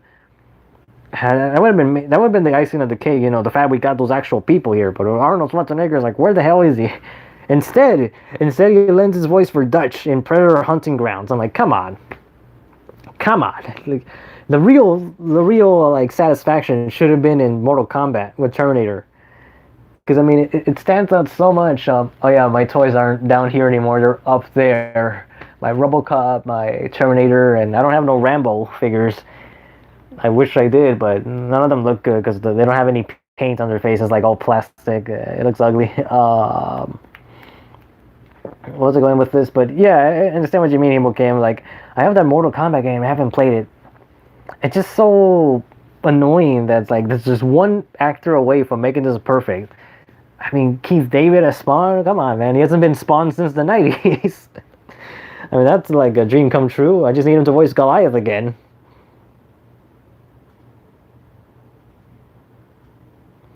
And I know Zoids is one of those animes here in the original Japanese audio is hard to find without using off-brand sites, mainly the first two Zoid series. I haven't done a video in months, so I feel the same. I've been working on this comedy video for another horribly bad anime and kept editing it. Hey, Kenny, do you happen to have Bumpity Boo? Like, I mean, because I know you collect a very obscure anime tapes, but do you have Bumpity Boo? Doing streams without any main videos feels bad. I get that. Yeah, because what I should be doing is main channel upload, then on the following day or the same night, put a stream, and then we talk about the video that I just made. That would be a good way of format. Yo, you should check out a video called "Nobody's Found My Character Attractive," and at the 2-minute mark, there's a funny Wonder Woman segment. Okay, I'm gonna like. I wonder, can I screen capture this so I can remember? Yeah, let's find out if it did. Oh, it did screen capture. Okay, so I can remember this stuff. Heck, Zoid's New Century Japanese audio is nowhere to be found, both official terms, at least to my knowledge. And it kind of sucks when stuff like that just gets lost, because I don't know how that happens. Oh, because like right now, like one of the lost anime things is the Hero Man English dub that I think it was done by Disney XD and just never got released over here for some reason. So Hero Man, everyone remember Hero Man? And the only form of hearing the original Zoid series is in its Japanese audio in raw form. Mark Hamill stopped being Joker a long time ago. Well, the last thing he did was killing Joke. I don't remember if Justice League Action came out before or afterwards, but he wasn't Justice League Action for a bit. But for Joker, the last other big hurrah was in the Arkham games. And actually, it's more like interesting for Kevin Conroy, because Kevin hasn't been Batman like in I think since Killing Joke. No. Kevin Conroy was Injustice, so never mind that, because Kevin Conroy's in Injustice. I don't remember if it's in the animated Injustice movie or he's being voiced by the other guy. Because there's this other Batman that's been Matthew O'Hara or something along those lines. Because he's good. It's just that it took me a while to get used to him. He said the last thing he would do and did was Killing Joke. It's also Transformers Headmaster, Super God Master Force. Oh yeah, all the Transformers originals. There's also like Beast Wars 2. That's like an anime. Sandman. Have you seen 91 Days? Hey, I noticed you have that anime from Malcolm in the Middle. But yes, I've seen 91 Days back when it was like newish. It wasn't like on its premiere. It was more like a couple of months afterwards or the year after. But yeah, I see 91 Days. There was like this Mexican character. I'm just like, Big Mexico. I'm just like, oh no. That's hilarious. But 91 Days, it's not like over the top as Baccano, but it's definitely realistic in that period setting. It was definitely a good revenge story. I remember that one crazy guy was just like the guy that cooks someone like into food, and I'm just like, I saw it coming from a mile away. I'm like, ooh, that's still gross. I don't remember the ending. I think he does have his revenge, right? In the ending, I need to look at Days again, because I wanted to do a list of crime anime and I never did it. But I do have the candidates listed down somewhere. Hero Man's pretty good. I don't, though I could get it. It's pretty cheap. Oh, okay. Because I know I have Bumpity Boo somewhere, like in my sister's room, I think. Or somewhere around there in that house. But yeah, because I think I found clips of Bumpity Boo in Japanese or something similar. Or, not Japanese. I think I found it like in Italian or something. I don't think the Hero Man dub was finished. Have you seen Elfie or The Blue or Sea before? No, I have not seen that. I never even heard of that. I have Little Memole or Memo, Wee Wendy, 15 Boys Adrift, etc. Everything but Bumpity Boo. The company did a ton of anime. Mickey Momo too. Fist of the North Star. Jeez, I forgot who told me about the Fist of North Star English dub that came out a while back. Okay. Oh, I'm already at the bottom. Have you ever heard of Golden Bat before? Yes, I have. Like, I brought up Golden Bat before, like, in one superhero video. Like, I think it was one of my older ones. I think it was part of that superhero list, or maybe Lost Superhero. I know I talked about it. I know I talked about Golden Bat, the original 8-Man, how you can find, like, 8-Man anywhere. Like, not the Japanese 8-Man. Because I remember the 8mandDVD.com claims to be remastered, but it's like, it's not. It's like really poor quality. The aspect ratio is messed up, and the sound quality is like awful. Like super low. And you can't find Japanese 8-Man anywhere. Have you covered the bad live action Fist and North Star movie? That would be fun. I want to have 8-Man. There's a good quality Japanese DVD release. I see. I didn't talk about the North Star movie on my channel, but Titan Goji, that was before I did my mic change, but I have a bad mic, and I did a video with Titan Goji about the North Star movie. I was offering like random commentary, and the sound quality is like so off. It's kind of terrible, but I'm like, yeah, that's the most I talked about the movie. It's just that it's another one's like Devilman live action where I just don't want to look at it. It's just like, no, please stop it. I don't want to see this movie. Let me watch something else like Ninja Turtles. I'd rather watch Spawn. Yeah, that's simply like list of my like disappointed movies. Have you also heard and seen Dragon's Heaven before? No, man, Alistair, you're bringing up so many things that I don't know about. What about the live action Ape Man? I've seen parts of the live action Ape Man because I know they borrows like pieces of like an anime episode. It had to do with Espers or something. I know, but I can't remember what happened in it aside from that little segment. I'm starting to forget everything that I watched. To be honest, man, it's like it sucks. It's like it's getting to the point where I think I need to make a video so I can remember what I saw. To be honest, the bad live action one still has some Hokuto no Ken spirit, unlike Dragon Ball Evolution.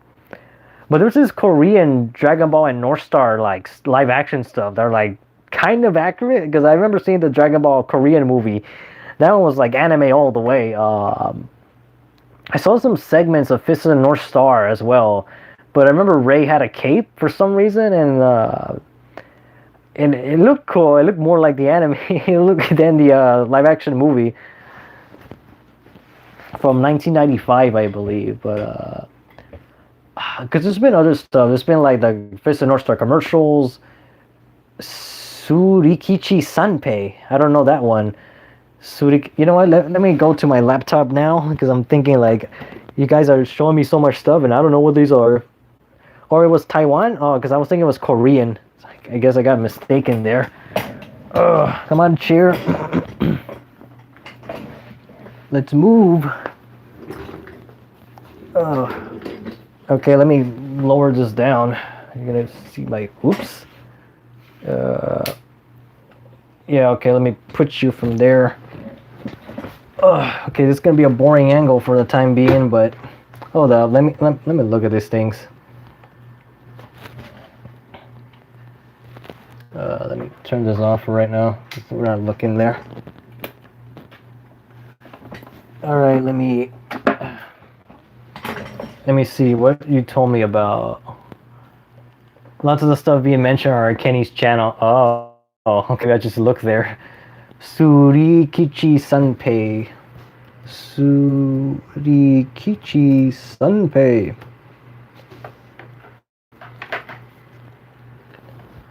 Yeah, I don't know this one.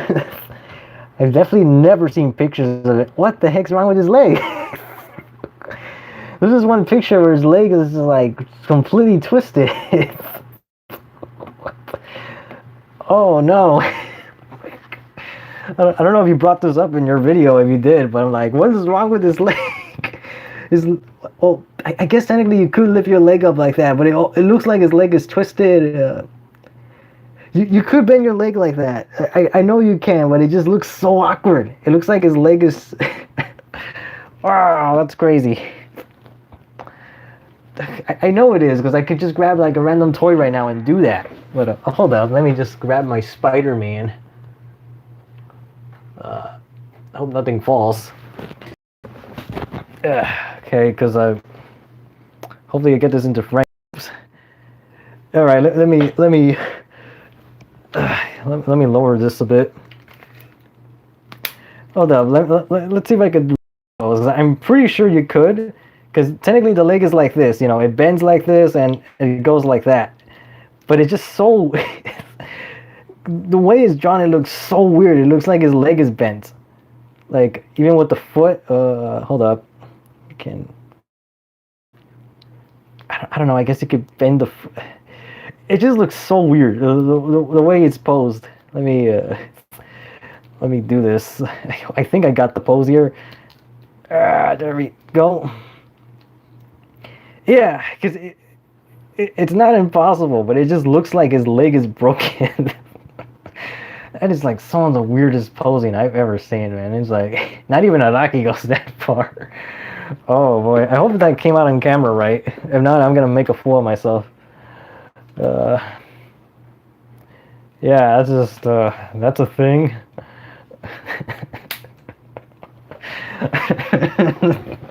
Just for that pose, man, that was worth just to see that picture. Some of the intros of Hokuto no Ken are like funny, weird. Hokuto no Ken. Props to you for actually securing one of NECA's 80s Turtles figures. Those prices are killing me. Oh, you mean the cartoon ones or the movie? Because the cartoons are the 80s, the movie are the 90s. But I couldn't find them myself, to be honest, because it was like my sister and my dad were the ones that found the turtle for me, because I couldn't find them when I went to Target. Like my sister calls me up like out of nowhere, like, "Hey, do you want these turtles? They have Raphael and Donatello." I'm like, "Yes, I'll pay you right now when you get home." Or and then there's like my dad also messaged me because he asked Leonardo, but the thing is, like, I was kind of worried because my dad looked like he was like stalked by a scalper, because he was asking for the Leonardo. I'm like, so he's fine, but I'm just like, I was kind of worried because he called me on the phone, man. He said there was one person behind it. I was just like, just to get that Leonardo. And then later on, it comes out of nowhere. It's like, "Hey, I got your Michelangelo." But yeah, that was like stuff. That might be a future video. It's the fishing anime. LOL. Like, he has a mural at an airport. It's really influential series.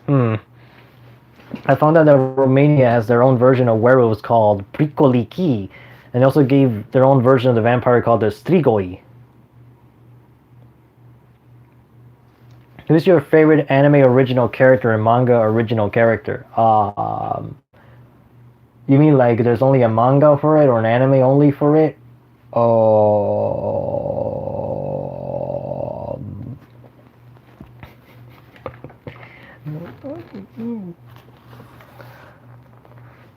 Jesus. What was I going with this? Oh yeah, I don't know. That'd probably just be Kenshiro and Blackjack. I know Blackjack is anime, but I think it's more unique in the manga a bit. But then again, Gold 13 could be one of that too. So I don't know. I don't know where to go with this. The 80s cartoon ones. Oh yeah, Giant Gorg. Yeah, that's another one because I mean Falcons like told me about it.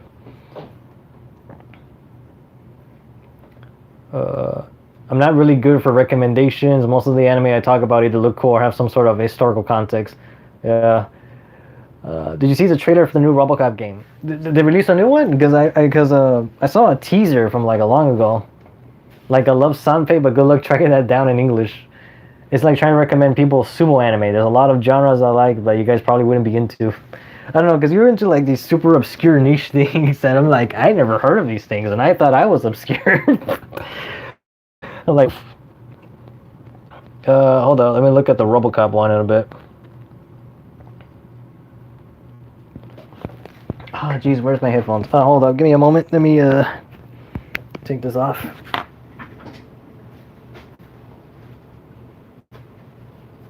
Yeah, I'll probably end this like in about 10 minutes because I'm getting tired. It's already midnight, and I kind of want to. Oh, jeez. I was talking without the mic. Yeah, I was saying that I might end this like in about 10 minutes or so because it's already midnight on my end, and I kind of. I kind of feel like eating something a bit, and at the same oh geez, I can't get a good angle right now. Oh, whatever. And at the same time, I kind of feel like should I like edit some of the audio that I recorded for Karate Apocalypse. But then again, I need to do like a live action segment. So hold on, let me look for the RoboCop because I forgot the name of the game. RoboCop. Let's see what happens. RoboCop 2022. Let's go with that. Oh, okay, Rogue City.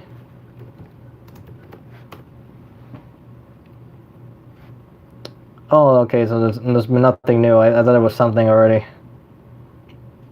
Yeah, they only showed a teaser. Okay. I thought there was something new by now.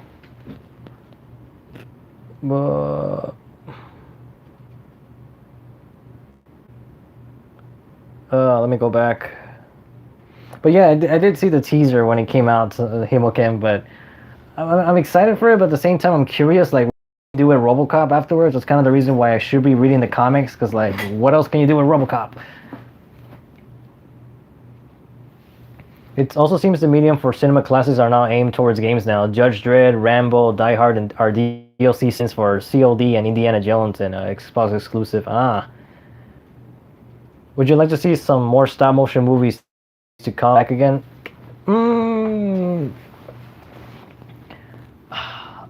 Maybe because there's this one guy that made this stop motion film, but I can't remember the guy's name. Because hold on, let me see if I can find it. RoboCop 2 stop motion, because I can't remember the guy's name. Because he made a movie recently. Phil Tippett? Maybe, let me see, was that his name? Phil Tippett. Yeah, okay. Phil Tippett, Mad God. Look for that, because he made a movie. Like a stop motion movie with that. Phil Tippett, Mad God. Because I remember seeing like images and like clips from like a long time ago. And then all of a sudden, like, oh, the movie's finished. It is? Ooh, okay. Something I should look into. But yeah, that's like the closest thing I can think of that of stop motion that's done good and done excellent that should be seen in modern day times. Because I can't really think of anything I would like to see in stop motion right now. To be honest. Mahjong anime review when? Kaiji? Oh, wait, no, it's not Kaiji. Kaiji's the... I've seen Kaiji, but the author did do a Mahjong one. But no, never. I already seen Project Eiko. Oh, you mean Legend of Koizumi? Is that the Mahjong you're talking about? Because Legend of Koizumi has a Fist of North Star parody for like one chapter that I dubbed a long time ago. Or did I take it? No, I actually took it down because it got copyrighted for the Gintama, like, I Am Shock song. Like, all the Gintama soundtracks getting, like, copyrighted by everything. So I need to, like, change the music or maybe even... No, I don't think I can redub it. That thing should be preserved as it is.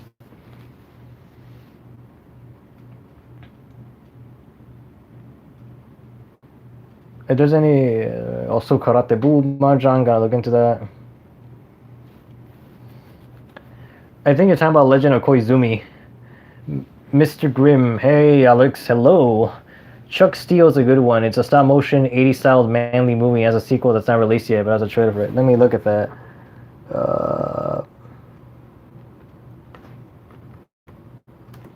Chuck Steele.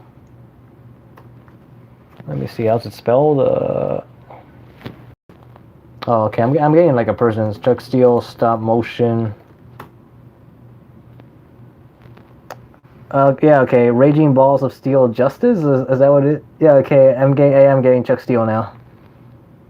Chuck Steele, Night of the Trampires. Oh boy.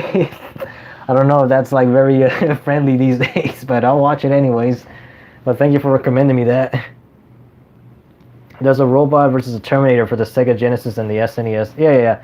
There's a couple of that at the arcades as well, because those are the APP arcade game that I have some toys. But yeah, okay, so far I got one recommendation that I should look into, which is Chuck Steele. Okay, so any more questions? It's about to go for the 2-hour mark in 3 minutes. Oh, 2 minutes, actually. My throat is tired, and you can interpret that in so many ways. Oh. Any more questions? I think I'm gonna go back to where I was now.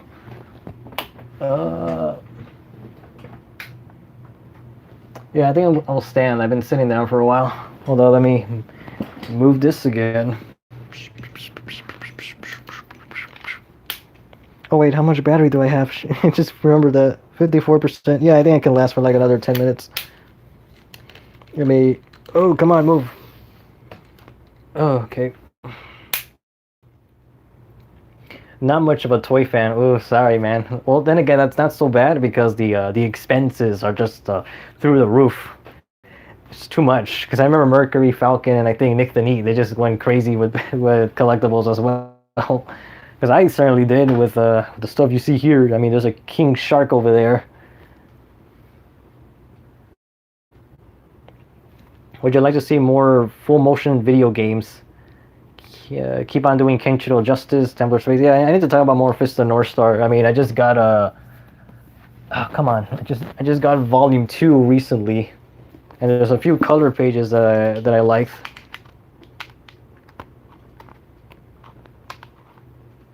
Unfortunately, I'm kind of worried for the spine because it's making noises. Because like that's some color pages that I've never seen before.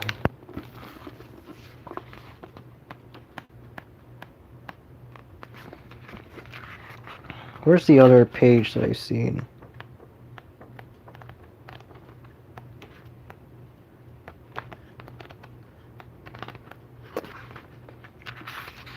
Like, this is another page that I've never seen before. Well, I've seen like color pages of this one actually for some reason, but there's always like a small quality picture.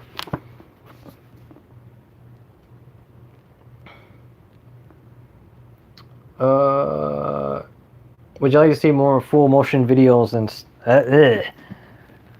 would you like to see more full motion video games? I don't know. I'm not really into that because I've been like behind games for a while because I need to look into like Dead Space, BioShock, Atomic Heart, that type of stuff. I recommend you check out Swag Wave SM. Let me screenshot that because I don't know what that is. Are you interested to create character profiles? It doesn't have to be anime only, Mr. Grimm. I used to do that a lot, and I really need to continue like everything because like I need to regain the mindset that I had when I started this channel because it's really more like healthy and more productive for me. But then I get mad at myself for not doing it because this month I'm gonna try to draw like an actual thing, not just like a page or illustration. Like, you know, draw something like an actual little mini comic because it fits what I want to do. Because I do, in a way, it's gonna be a trailer. Hopefully, I'm telling myself now this, like, you know, you gotta do this. You have to do this because when are you gonna do it? It's been years. Shin Furbitt's Brown Dose. Are you going to pick up Super Action Statue Toki when it releases? I still need to order Jaggy, but I have the other two releases so far. I think my Raul has the same loose elbow problem yours had. Oh, the left one with the piece falling off? Because that's what I have. I need to check on reviews, see if there's anything that I missed, because maybe I could talk about that. Because I haven't really found that much reviews for Raul that are like done very professionally. They're just kind of like, here's what I got.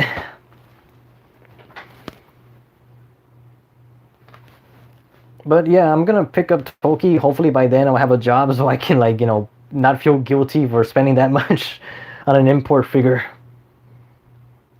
I need to pick up some official merch. Like, I only have the first volume or one of the first volumes by Raijin. I do have the master editions, at least most of them. I'm missing like 3. And I regret not buying them when I have the... Because I was able to find 8 and 9 like for about $40 each, which is cheap compared to nowadays. But volume 7 with or the one with Toki and Amoeba, or I don't remember, that's volume 6 or 7 or 5. I forgot what volume number it was, but you can't find that one anywhere. Yes, Karate Apocalypse has the same writer as Rikyo, that Wanashita no Jofen. It's something that I didn't realize after someone told me. Is like, oh, that explains some things. Let's see, Franco GZ. Did you know that Funimation got itself a Latin American division? It's making new Spanish dubs for the streaming site. Well, that's freaking new. I would like to hear that. They made a redub for Cowboy Bebop. It's a bit more accurate to Japanese. Because what I want them to dub is El Cazador de la Bruja. Because that one needs a Spanish dub, like, a lot. It's because the English dub in that one's like, they're trying to speak Spanish and it just, like, fails, like, miserably. So I need to look into that. I'm debating gluing in his elbow, but I'm not sure they impact the articulation. Honestly, you actually have articulation without the elbow piece, because there's like a lot more mobility and it doesn't impede with the biceps. So I don't know if you want to do that. Because I put some sticky tack on mine, but it didn't necessarily stay sticky. It kind of like fell off after a while. Oh, I'm worried about a potential Black King or Kokuo, as the Super Action Statue JoJo horses lack articulation, I think. I wasn't aware of that.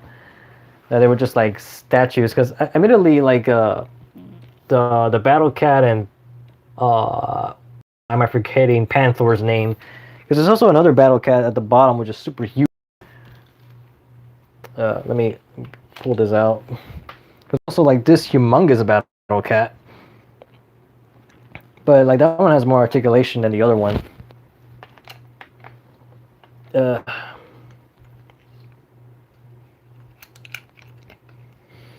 Yeah, I don't know, because I didn't think about that, about the horses not having, about Black King not having articulation, but that would be one thing if he didn't.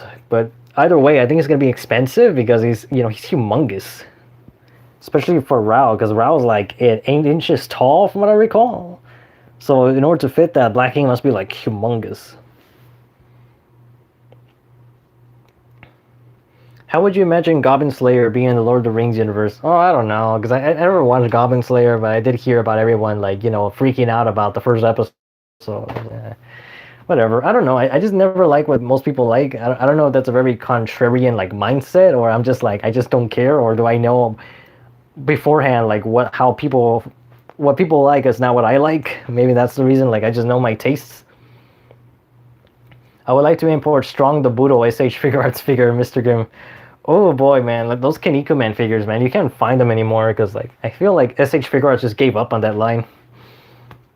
Because Strong the Budo and Big the Budo, they're like freaking big and they're super expensive too. Like the most expensive ones, maybe, because I think Ramen Man's even more expensive than those two. Because I think Ramen Man was an exclusive. I don't know, but I see Ramen Man like once or twice, and I'm like, I can't get any of those things anymore. What do you think about the website TV tropes? It helps in some things when it comes to research, like, but aside from that, I don't really use it. Did you know that camels, horses, and cheetahs were originally from North America millions of years ago? No, I didn't, but I can see why. With the whole tectonic plates and continent drifting. I hope Medicos does the Hokuto statues as a diorama. Yeah, I know what you mean, but I don't know the actual names of those statues because they do appear in other things. It's just that I don't know if it's a Buddhist thing or like a god thing, but deity thing, but it's something. I don't know what they're called, but it'd be nice to have those things too. My Revoltech Jackie is still one of the most posable figures. I just wish the helmet could fit on other figures. Temperature space. Yeah, because I don't have any of the Revoltech, but to me they just look small to me. But even then, like the Medicos ones, I'm not like fully happy with them either. I would like for them to be a little bit bigger, like a Storm collectible. Let's see. I'm curious how long it'll be until we see Medicos release shirtless Raul and Ken, because I'm sure they're easily remolds. Yeah, just a torso piece that they gotta make. They just change the torso and there you go. But I kind of wish Raul came with his armor, because then I'd be more happier with his design. Because I kind of feel like Raul just seems like a little bear compared to Kensho, because he doesn't have the 100 fist rush. And I feel like he should have had more like energy effects. Everyone crying about Goblin Slayer would die from watching Evil Town. LOL. I see what you mean, because Evil Town is so explicit. Even the manga is like pushes it too, because like it might be even worse in the manga, because everyone turns like to wolves, like to this werewolf demon hybrid, and they just start like, going to Guy, what are you thinking with Violence Jack? Man, Violent Jack's another overdue thing. Sugar Booger, hello hero. You probably get this a lot. I'm a huge fan and a huge inspiration of the work, and just wanted to say hi. Oh, thank you. Unfortunately, I'm about to like end the stream in a bit. My voice is giving out, and I feel like I need to like maybe snack on something. I don't know if I should eat ice cream, a yogurt, or banana, or something. But I appreciate people telling me these things, and it also reinforces. I don't know if Kenny's still here or not, but like it also reinforces that I need to like pick myself up. I need to like do things more, because Kenny's already like on top. He already has this check mark on his YouTube channel. Like I don't, and I should have done this years ago. Because I don't know where I lost motivation. I don't know if I burned out or stuff in life just took over. But I really need to like get up there with a lot of other people. I gotta push myself and motivate myself, and when I get comments like these where people tell me they're like impressed with what I do, like last night or the day before, I got like launching my videos, I'm like Jesus, and I really need to like solidify people, watching me, justify for people to keep watching me, keep looking at the things I do, and just motivate myself to just excel. I really gotta do that. I have a boxed figure like Robin Mask, so thank you, Sugar Booger. Like I have the SH Figure Arts Robin Mask. It's somewhere here. That's no okay. So here's the Fujigo one. Like I as Cool Tap would say, the anime hero's waifu. I still find that funny. Here's Buffalo Man with meat. Like, I do take them out of the box, but the box is so compact that I just keep them there for like space sake. Yeah, here we go. Oh, my throat. Yeah, so here's Robin Mask. And the quality must be like crap right now. Oh, jeez. Here we go. In the back, here's Warsman. Here's Warsman, and here's Terry Man. I kind of wish the SH figure arts were like a little bit bigger. Because to me, they come out as like a little too skinny. Yeah, so here's Kiniko Man. Yeah. I probably need to do like a collection video, like with better quality, because right now everything probably looks ugly on the on this phone for some reason. Getting these things away. And then loop on here. All right. Okay, I'm almost done, I think. Ramen Man is a regular release, I think. I don't understand why he's ridiculously expensive, and that is coming from someone who has him. Ah. I was like, you're lucky then, because I don't have Ramen Man. Oh, I forgot to put Kiniko Man back. Jeez, I don't know how I put... Okay, there we go.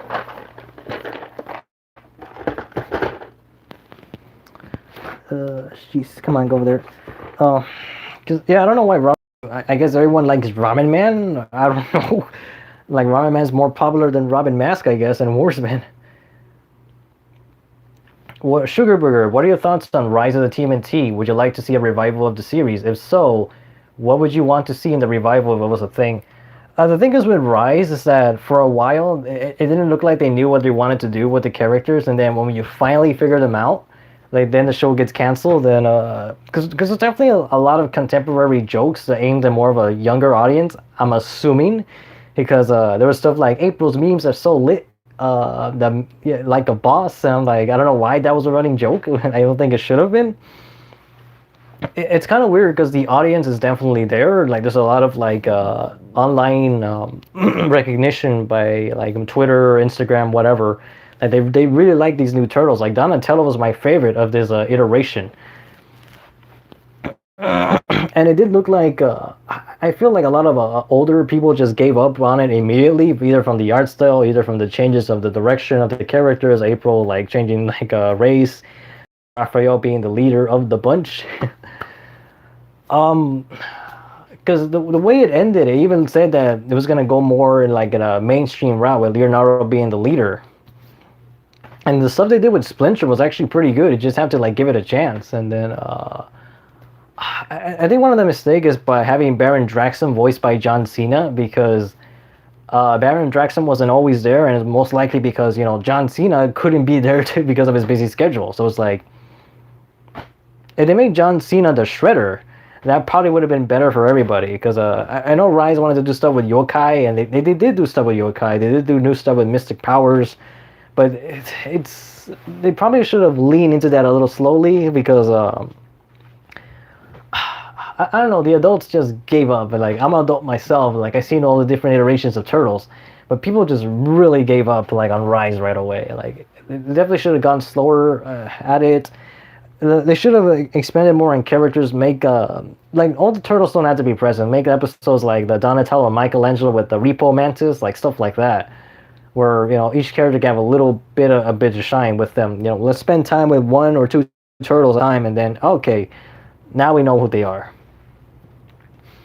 They should also bring back more familiar characters just for the sake of hooking the older audiences. Get Bebop and Rocksteady. Get well, we did see Krang. We did see cameos of other mutants, like in a brief cameo. I'm just like, maybe that should be the focus, because a lot of the new character designs, they're actually very 80s inspired, like Meat Sweats.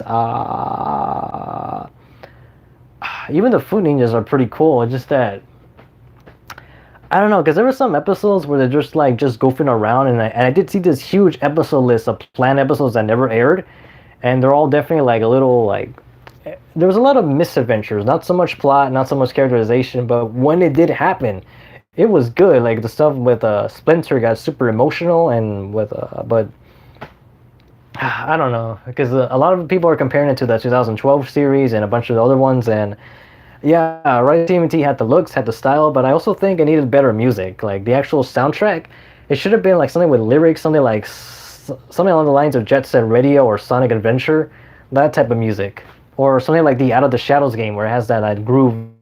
I don't know. Those are just ideas that I have. They should just to do Rise of the TMNT better. Yeah, Rao needs a cape or something because he really needed like something extra because I just feel like he was missing stuff. Maybe Ray will have a Rao Kale to but I don't know what you're saying. You said Kale, but I know what you mean for Rao to recreate the scene where he stabs Ray. Oh, Rao cape. Okay. I don't know, something. Awesome action figure collection, Ivan Trujillo. Well, thank you. I think I'm gonna sit down again because I need to charge the phone. Just a moment.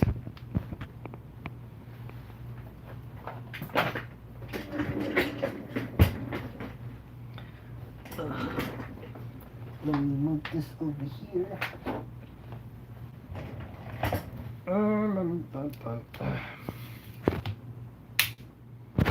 Oh, so I haven't adjusted the right height.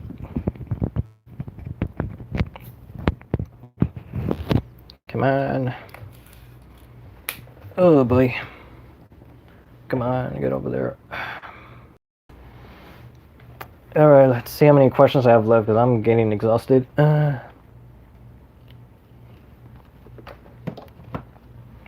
Okay, because I saw somebody complimenting me. Yeah, thank you. Oh, what happened? Like, it just sort of messed up for a little bit. Yeah, thank you, Ivan or Ivan. Because, labor of love, I guess. Because it's a lot of collecting, a lot of money spent, a lot of, like, eBay bids. Some are actually, like, hunting. Some just lucks of the draw on online orders and just, getting it before somebody else gets it. I'm like, yeah. Because I got pretty upset when I almost missed out on that Super Shredder. Because by sheer luck, I think it was Uncle Jay on Twitter that just provided like, oh, put the / checkout in order to get the item, but because like that website was just crashing, like the NECA store was just crashing. I recommend eating soup. Hemo can give me. I guess so, because there is some leftover soup in the fridge, and yet the cat with the best hunt rate is the Will Small. Oh, okay. Did you know whales and hippos share a common ancestor? I'm not too surprised because I can kind of see where the whole like jaws come from. Hope you get a good job and stay well. That one a Joe fan. Evil Town anime is really bad adaptation. Still find it crazy the writer later did FMA 2003. I don't know if it's a bad adaptation because if it's similar to well, I don't know. I need to re-examine it because the manga and the anime are both like are pretty hardcore in their own way because they're both different. So I don't know, maybe it's up to debate which one's actually worse or better. Have you heard of Mabel 34? I've seen Mabel 34 years ago, but yes, I know what it is. Like, probably the best episode is the first one where they're fighting the subway train and his head just gets chopped off. I know the other crazy stuff that Sleepy does. Because I know there's a Predator in there, but I think the manga, it's more like noticeable, and I think they changed it in the OVA. The one on a Joe fan. Have you kept up with Kenny Command 2011? I'm behind because the last thing I read was when Super Phoenix and Big Body are barely fighting against Hercules. Like they're barely fighting them. That's where I left off. So because I know about Robin Mask, and that surprised me. I was like, oh, okay. It's like Teresa coming back in Claymore. What I have literally looks like a pop figure. Hoping for more info on it. Oh, okay. I guess you don't know where it came from then. I have a practically complete SH Figure Arts Kinnikuman Man collection. I'm missing Strong Debuto, but for everyone else, I have at least one color way of them. I even forgot about the variants. Because I kind of want to say there was like, I don't know, maybe I'm wrong. Were there different color versions of them as well? Because I kind of want to say there was... Oh yeah, that's right, because there was a silver one for Robin Mask, and there was the brown one for Warsman. And I know Kinnikuman had like there was the regular Trunks, the red one from the anime. There was also the black shirt from the Scramble for the Throne one. Was there a red one for Terry Man, or was he always just blue? Because I know for sure Robin Mask and Warsman had different colors. Have you ever thought of getting a figure of Tiger Mask? The thing is, like, the closest thing is the Tiger Mask double version, and I kind of like, I want the original Tiger Mask. I don't want the double. Some of the soldier team members can be annoying to put onto their chairs, especially Ashura Man. Oh, I was kind of hoping that wouldn't be a problem, but wow, I didn't realize that. Oh, that's right. Ashura Man had two versions too. He had the green, bluish skin, the blue skin one, and the anime one. Oh, again, was the ninja an exclusive? Because I remember the ninja being expensive too.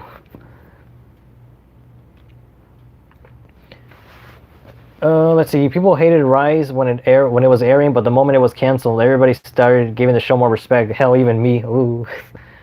The creators of Turtles hate Bebop and Rocksteady, so they never gonna return.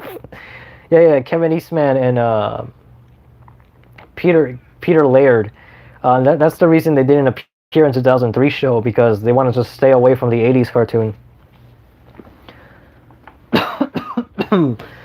Okay, I'm gonna give you like 3 minutes, guys, because I'm tired.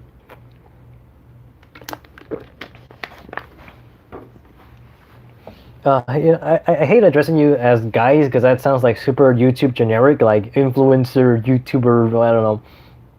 Because it's always like a random video that goes like, hey guys, I'm like, oh god, come on, get away from that. Yeah, but Bebop and Rocksteady do appear in the IDW comics, and from what I've heard, they're like real, like, menacing villains there, and they totally like messed up Donatello.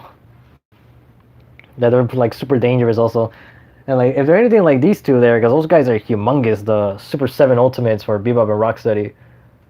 And unfortunately, Alistair, I haven't read the actual IDW comics because I need to, because Falcon Punch has read a lot of IDW. So I'm like, oh, that's like that one turtle conversation that I need to have with him.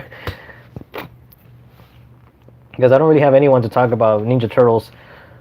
Shin Furbus, like, I hope we see a helmeted Rao head at some point, because he really feels incomplete without it. Yeah, I know what you mean, man, because like the Rao Super Action statue just feels like a lot is missing. Like, come on, need throw him some energy effects, throw him some armor pieces, like throw him something. Like, it just doesn't seem complete. I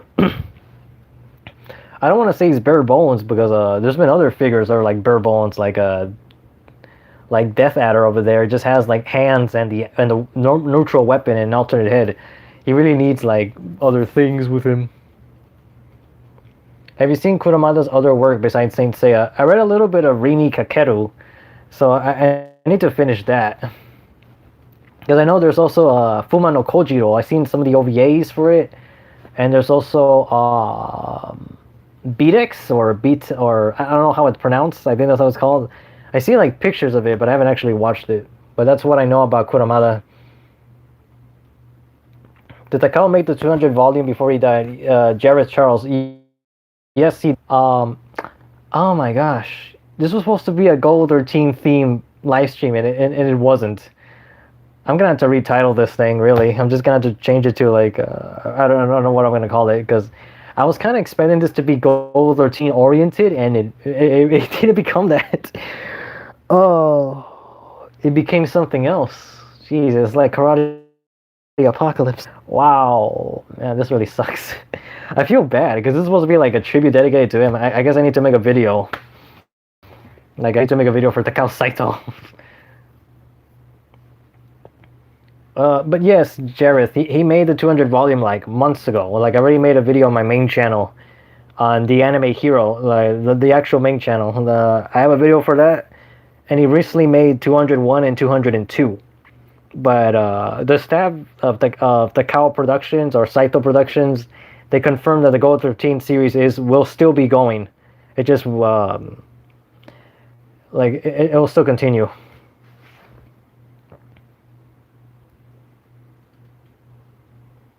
Terry just asked the blue one since he was late in the line. I was actually Figure Arts made a variant of Kinnikuman with this blue mask, as seen as the first appearance on the Jump cover.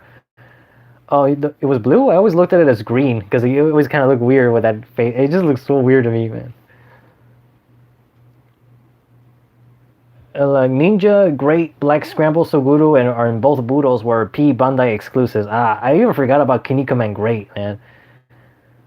Because there were just so many characters that I like, but I just wish the Kinnikuman figures were just a little bit bigger. Because even the Dragon Ball SH figure arts, like the regular characters, they're kind of tiny, and they're so expensive too. Well, the Kinnikuman ones were expensive, but the Dragon Ball ones seem to be getting cheaper by the day. Because like Frieza was like on Amazon for like 35, like new for pre-order. I was like, ooh. Like I pre-ordered it, but at the same time, it's like there's so much Dragon Ball I haven't collected. Like there's Piccolo, Demon King Piccolo, and there's like so much Dragon Ball exclusives. Like Cooler, I wanted to get Cooler, but at the time I didn't have a job, and then I got the job way late, and now I'm thinking, because Cooler's already popping out, and I'm like, geez, I really wanted that Cooler. Ugh. Have you played the Kinnikuman GameCube game? No, I haven't. Oof, jeez, I'll smack that thing. Honestly, I only use "hey guys" in general term when the influencer way. I'm surprised Bandai didn't go for Red Great out of the gate. Yeah, considering how some people could see Great as kind of like racially insensitive, and sometimes I can see why, and I'm pretty sure that's the reason why he's red in like in every other version from now on. But I don't know. I don't think they meant it in a negative way. But then again, they have Broken Junior. Once you have Broken Junior, what else can you how can you go even further than that? Beatex, yeah, it's pronounced Beatex, but yeah, it's pretty good. Okay, Maoji Prod. Oh yeah, right. We didn't even notice we went off topic a lot. Yeah, I don't know. That happens to me with like live streams and conversations. We talk about one thing and then it just goes away. Takao Saito's a mangaka legend. It deserves recognition. Franco G. Yeah. BX recently got a new English dub for the entire series. It was a pretty good time to binge it. Yeah, because I was debating about buying the series, but that was like a long time ago. Because I kind of want to support, because I'm thinking like, what else gets a new dub? Or, you know, but Saint Seiya got a new dub, and that's something I enjoy the Galaxian Wars arc, but I think I'm just gonna skip straight to the Golden Saints, the Sanction. I forgot the name of the arc, but like I think I'm just gonna go straight to the Gold Saints and just watch everything above it, because I forgot how much filler there is in Saint Seiya. I'm just like, I don't want to watch any of this. No way, no thank you. I'm just going straight to the Gold Saints, to the House of the Zodiac Temple houses arc, or I forgot the name of the arc. Yes, Gold 13 is still continuing. I do find the 2011 Nico series to be really good for manga coloring, although the lack of shading can be a bit annoying on occasion since I have to determine shading completely by myself.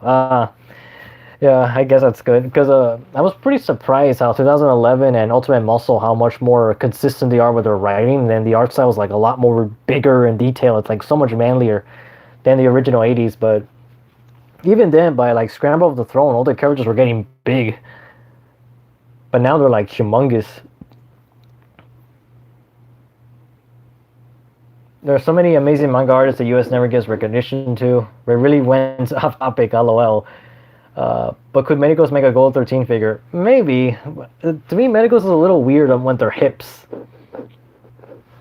Because he did some Kinnikuman ones, and the ball joints look a little weird to me, but I wouldn't mind if anyone does Gold 13, to be honest. Like, just do somebody do it. Alistair, now who's going to inherit Gold 13's legacy? It's going to be the assistants, because supposedly, like, Takao Saito, like, hardly did any much stuff lately. Like a lot of the assistants were doing stuff, and then a lot of the writing were like from different artists, authors. I don't know. I don't know much about it. I would have to like double check that, but yeah, Takao's been like he did say like the work will continue with or without him. So I don't know. He always kind of viewed himself more as a director rather than like a mangaka, I'm guessing. But then again, he made the Gekikan movement, so whatever. Okay, so that's like 1 minute left, I guess. And to end this thing, because my throat hurts a lot. And I'm kind of surprised that this time I didn't get any like comments about my looks, because there's been like, I don't know if you noticed, but in random live streams there's always been like some random like guys like hitting on me. So I'm just like, I'm straight.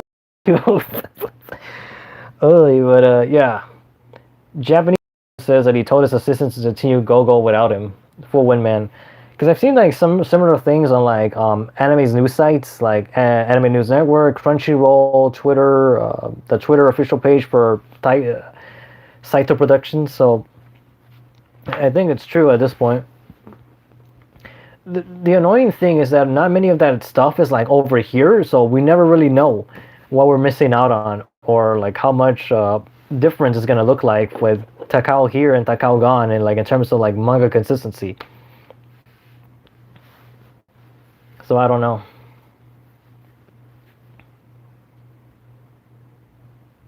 Check out Dragon's Heaven when you are free. Okay, let me screenshot that. It's interesting, but hey, whatever hands it gets into, as long as they handle goals routine right, then everything will be fine.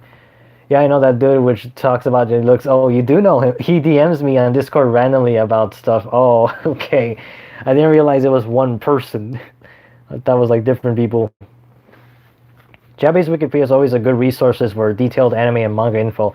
It's actually because of Mercury Falcon. He actually told me some stuff about the Fist North Star movie. And it does look like it was meant to have sequels, because it turns out the original anime also had some problems with the PTA. It wasn't just that had problems with the PTA. He showed me a pic of you after I showed him a pic of Lupin. Oh no. Oh god, that's like a real creeper. Oh god, it's disgusting. Yeah, I don't know how like some girls do it, because there's some girl YouTube channels that I've looked at and the comments are just like flooded, and I'm thinking like, how do you handle this? Yeesh. And happened to another friend of mine. Oh, and I'm hoping for same better handling for Berserk's Late as well by Alistair and that one Asuna Joe fan. Oh well. Like one more minute to go, I guess. Let's see what happens. Because I think I'm gonna take Himmel Kim's advice. Actually, like look at the soup.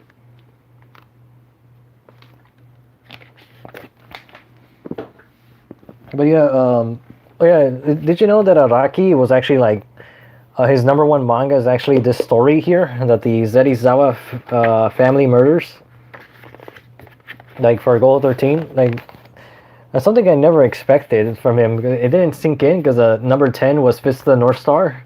But Goal 13 was something like that particular story that he needed to know. And I need to talk about this at some point, because manga scans are already like have been put up for this particular chapter, and I'm guessing that we might see more Goal 13 stuff later, but I gotta make a video. This live stream just like it didn't fulfill that goal. Oh boy.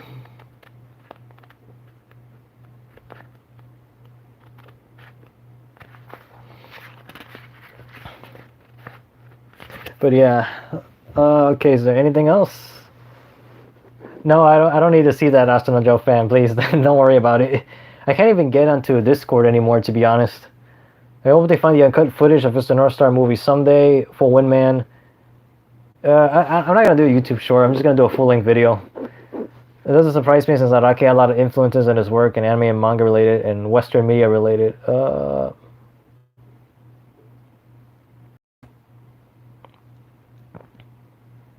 Yeah, okay, I guess I'm gonna end it now. So, good night, everybody. And, oh no, that's mute microphone. That's the wrong one. Alright, good night.